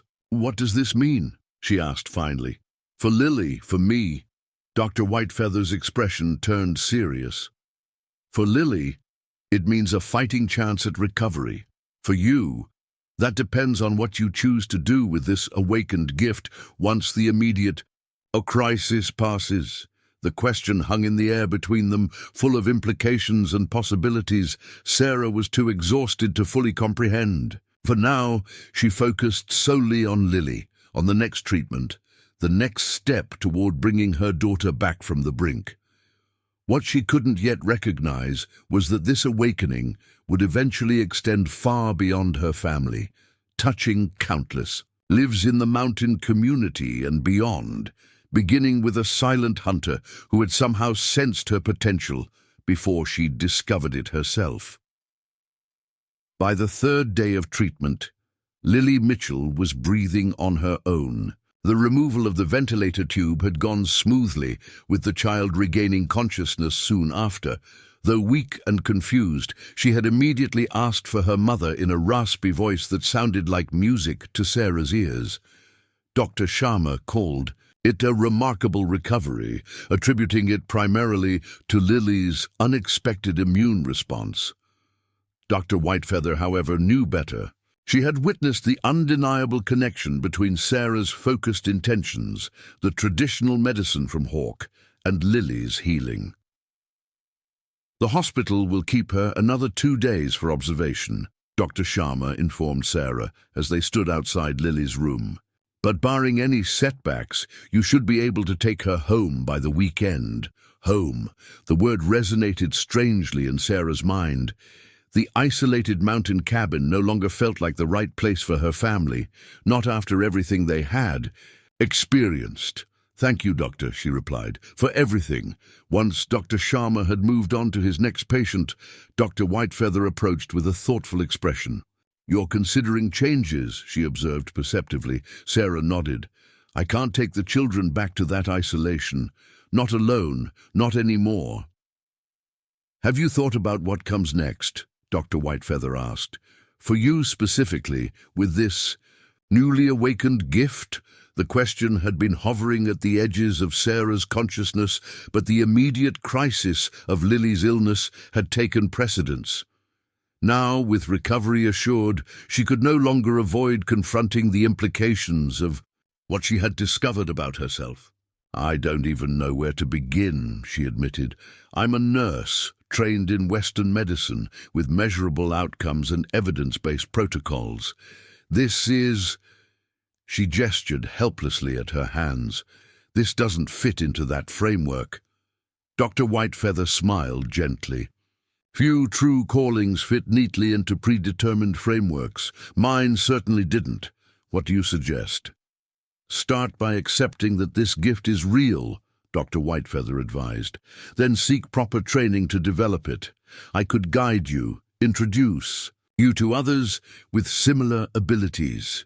Sarah felt a flutter of both excitement and trepidation. The rational part of her brain, the part shaped by conventional medical training, still struggled to accept what had happened. Yet she couldn't deny the warmth that still occasionally pulsed in her palms, or Lily's dramatic improvement following the treatments. "I need time," she said finally, "to get my children settled, to figure out our next steps." "Of course, Doctor." Whitefeather agreed. "But don't wait too long. Gifts like yours are rare and needed in this world of fragmented healing." That evening, as Lily slept peacefully in her hospital bed, Sarah called Maggie at the boarding house. Emma and Lucas immediately came on the line, pelting her with questions about their sister and when they could all come home. "Lily's much better," Sarah assured them, "and we're going to talk about home when I get back. We might need to make some changes." "Are we leaving the mountain?" Emma asked, her perceptiveness catching the unspoken implication. "Not the mountains. Entirely," Sarah clarified, "but maybe the cabin, at least for now. Would that be okay?" A brief silence followed. Then Lucas spoke up with surprising insight for a 7-year-old. "Dad loved that place, but he loved us more. He wouldn't want us to be scared all the time." Emma agreed softly. "We can always visit in the summer, right? To remember him?" Sarah felt tears spring to her eyes at their maturity, their willingness to adapt to yet another change. "Yes, absolutely. And who knows, maybe someday when you're older, one of you might want to live there again." The conversation shifted to lighter topics. Maggie's baking lessons with Emma, Lucas's snow fort construction, the town's preparations for the upcoming winter festival. Sarah listened, savoring the normalcy of children's chatter after days of medical crises and existential revelations.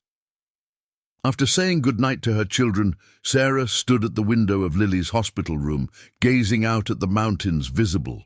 In the distance, somewhere in those forested slopes, a silent hunter moved through the night, a man who had saved her family twice now, once through direct intervention and once through mysteriously provided medicine. "Where are you, Hawk?" she whispered to the darkness. "And how did you know?" As if in answer, a movement caught her eye, a large bird soaring through the night sky, visible in the moonlight against the backdrop of the mountains. A hawk flying. In the darkness, when such birds should be roosting, it circled once above the hospital before disappearing into the forest. Coincidence, Sarah told herself firmly. Yet after all she had experienced, the boundary between coincidence and meaning had grown increasingly blurred. 2 days later, with Lily deemed stable enough for discharge, Sarah prepared to return to Pinecrest. Dr. Whitefeather came to say goodbye, bringing with her a small leather pouch. "A parting gift," she explained, placing it in Sarah's hands. "Some of my own herb blends, and a journal with basic instructions for energy healing. When you're ready to learn more, my contact information is inside." Sarah accepted the gift gratefully. "I'm still not sure what path I'm supposed to take with all this." "The path reveals itself one step at a time," Dr. Whitefeather replied. "Just remain open to the possibilities." The drive back to Pinecrest was peaceful, with Lily dozing in her car seat and the winter landscape sparkling in the afternoon sun. The storm systems had passed, leaving behind a pristine white world that no longer seemed threatening but merely beautiful in its stark simplicity. Maggie and the children greeted them at the boarding house with homemade soup and fresh bread. That evening, sitting around the cozy dining table with all 3 children finally reunited, Sarah felt a sense of rightness that had been missing since Mark's death. "I've been thinking," Maggie said as they shared tea after the children had gone to bed. "This old house has plenty of room. The east wing hasn't been used in years. It was originally a separate apartment. With some cleaning up, it could be a lovely space for a family." Sarah looked up in surprise. "Are you offering us a place to stay?" "More than that," Maggie clarified. "I'm not getting any younger, and managing this place alone is becoming difficult. I've been considering taking on a partner, someone who could help with the business while having their own living space." The offer was unexpected, but immediately appealing. Living in town would provide the community support her family needed, while allowing Sarah to restart her career, perhaps at Dr. Turner's clinic. "It's very generous," Sarah began. "It's practical," Maggie corrected with a smile. "You need a fresh start. I need help, and those children need stability. Besides, Emma has a natural talent for hospitality, and Lucas already appointed himself official snow shoveler." Sarah laughed, recognizing the truth in Maggie's assessment. "Let me think about it. It's a big decision." "Of course," Maggie agreed. "No rush. You're welcome here as long as you need." The next morning, Sarah walked into town with Emma and Lucas, while Lily rested at the boarding house under Maggie's watchful eye. Their first stop was Dr. Turner's clinic, where Sarah inquired about nursing positions. "Good heavens, yes," the elderly doctor exclaimed when she mentioned her background.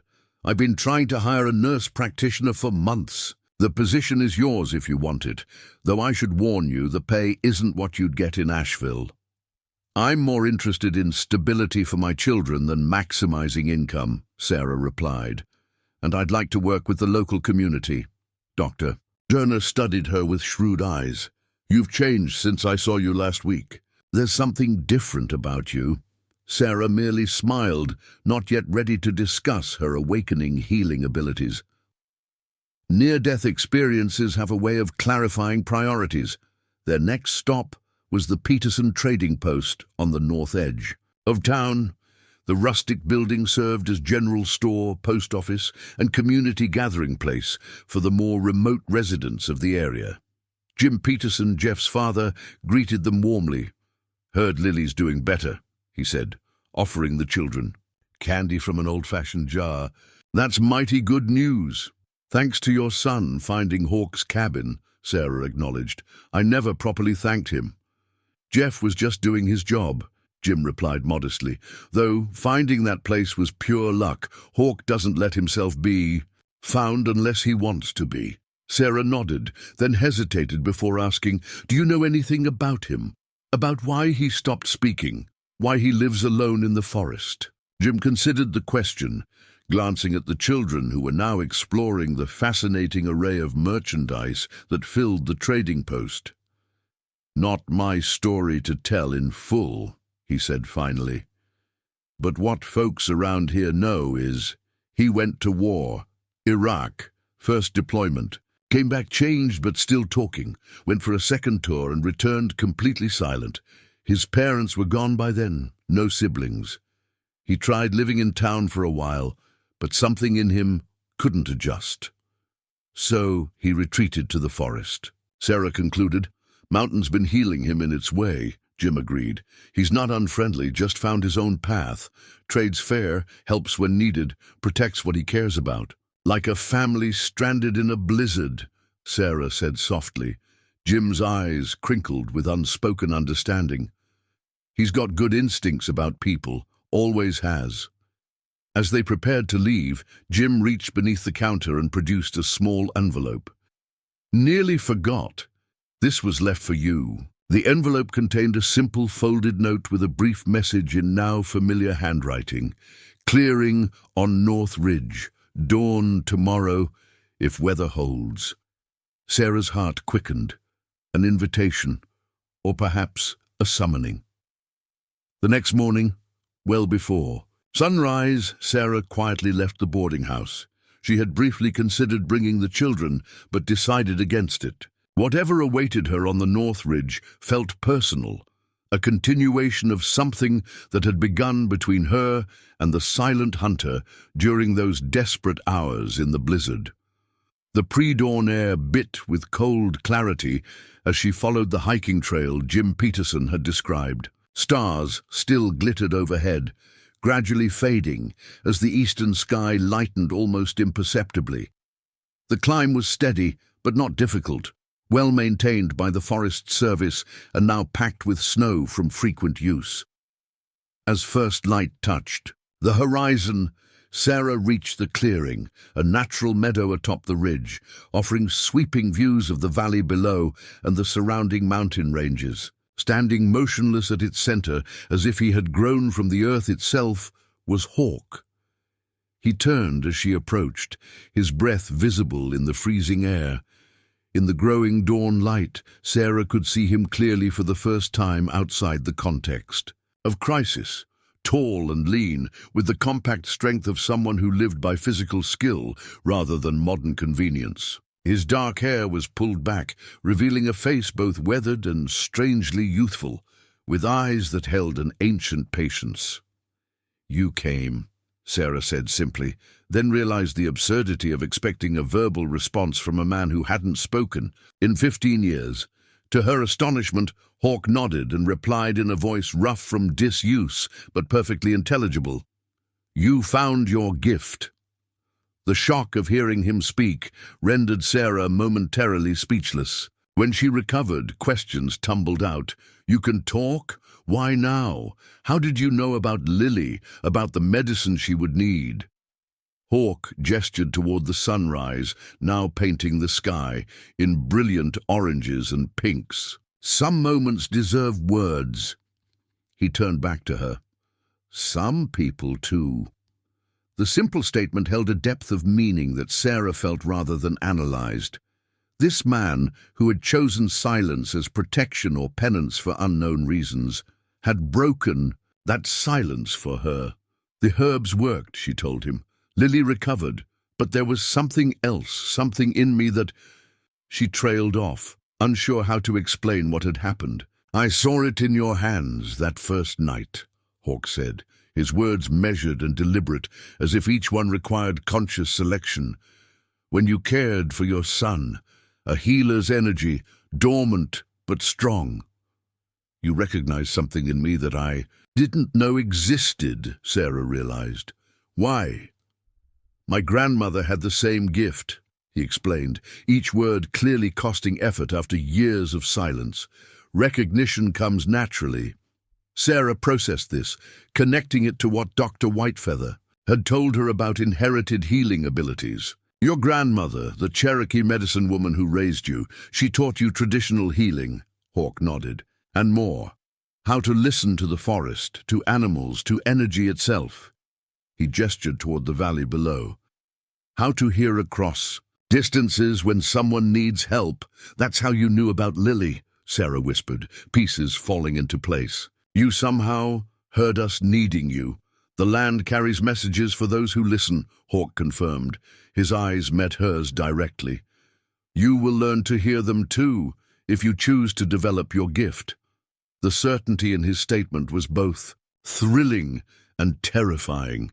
Sarah thought of Dr. Whitefeather's offer of training, of the strange new awareness she'd experienced during Lily's treatment, of the possibilities opening before her. "I'm staying in Pinecrest," she told him. "The children need community, stability. I've been offered a position at Dr. Turner's clinic and a place to live at Maggie's boarding house." "Good decisions," Hawk approved, surprising her again with his directness. "Isolation serves few well." The subtle self-reference wasn't lost on Sarah. "Yet you choose it," she observed. Something like pain flickered across his features. Some wounds require distance to heal, but perhaps not forever. They stood in silence as the sun cleared the horizon, casting long shadows across the snow-covered meadow. In the new light, Sarah could see subtle changes in Hawk's demeanor, an openness that hadn't been present during the crisis at the cabin, a tentative reaching outward after years of withdrawal. "Will you help me?" Sarah asked finally. "To understand this gift, to develop it properly." Hawk considered her request, his expression thoughtful.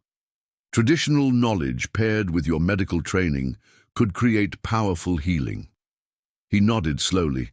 "I will teach what I know." The simple agreement felt momentous, a partnership forming between two different approaches to healing, between two people from vastly different backgrounds, united by unusual gifts and circumstances. "And in return?" Sarah asked. "Certain there must be an exchange. Help me find my voice again," Hawk replied, the vulnerability in the request unmistakable. Words still struggle. Sarah understood then that healing would flow both ways between them, her medical knowledge complementing his traditional wisdom, his experience guiding her newfound abilities, her connection to community helping his gradual return from isolation. The silent hunter and the widowed nurse, each with gifts the other needed. "I will," she promised. As they descended the mountain together, Sarah realized that what had begun in crisis during a blizzard was evolving into something neither of them could have anticipated. A partnership, perhaps eventually a friendship, possibly someday even more. Whatever shape it took, the connection between them had already changed both their lives irrevocably. 3 months later, as spring began to transform the Appalachian landscape, Sarah stood in the newly established Natural Healing Annex adjacent to Dr. Turner's clinic. The small space, previously used for storage, now housed both traditional medicine supplies and conventional medical equipment, a physical manifestation of the integrative approach she was developing with Dr. Turner's enthusiastic support. Twice weekly, Hawk emerged from the forest to provide carefully harvested medicinal plants and to conduct soft-spoken training sessions with Sarah on energy healing techniques. His presence in town had initially caused a stir, but the community had gradually adjusted to seeing the formerly reclusive hunter moving among them, speaking sparingly but no longer completely silent. Sarah's children had flourished in their new environment. Emma and Lucas attended the local school, making friends and excelling academically.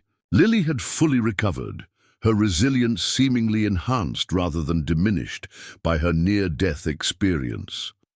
All three had accepted Hawk's gradual integration into their lives with the uncomplicated openness of childhood, finding nothing strange in his quiet nature or his special friendship with their mother.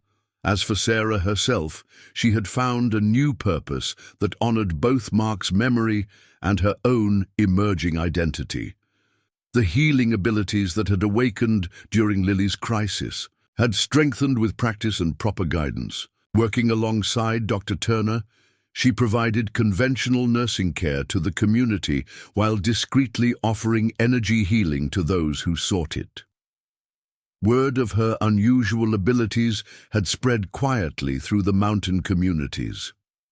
Patients with chronic conditions or those who had exhausted standard medical options began to seek her out specifically. Each success strengthened her confidence. Each grateful patient confirmed the rightness of her path.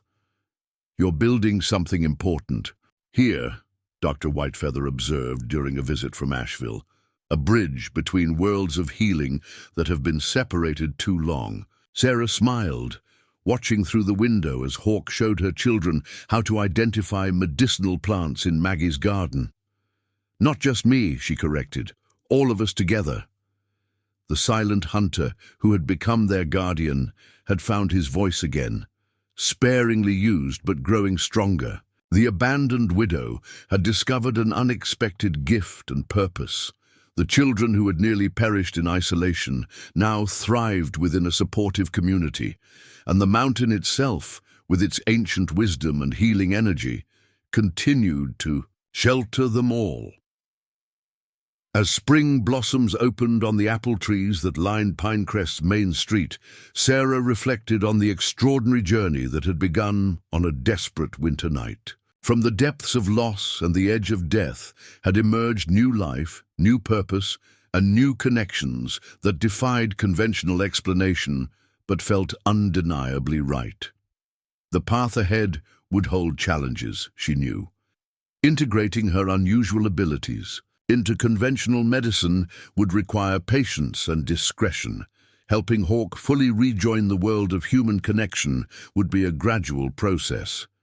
Raising 3 children as a single mother would never be easy, regardless of circumstances. Yet, for the first time since Mark's death, Sarah faced the future with genuine hope rather than grim determination. The talent that had remained hidden within her for so long, the gift that a silent hunter had somehow recognized before she knew it herself, had transformed not just her family's fate, but her understanding of her own purpose in the world. As Hawk looked up from his lesson with the children and met her gaze across the garden, Sarah felt the now familiar warmth pulse in her palms, a reminder of the healing energy that connected them all to each other and to the ancient mountains that had brought them together in the most unexpected of ways. Up next, you've got 2 more standout stories right on your screen. If this one hit the mark, you won't want to pass these up. Just click and check them out. And don't forget to like, subscribe, and turn on the notification bell so you don't miss any upload from us.